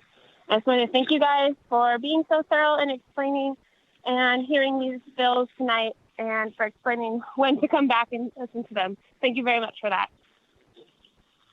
Well, thank you. Appreciate that. Next caller, please. Thank you, Chair. To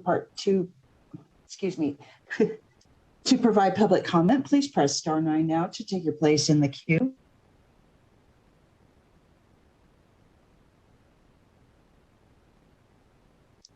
Chair, there are no more callers wishing to provide public comment at this time. Thank you. And thank you for all your hard work tonight, broadcast services, and staying up late with us, and to the fiscal staff and finance committee staff that make this all happen. And with that, we are adjourned.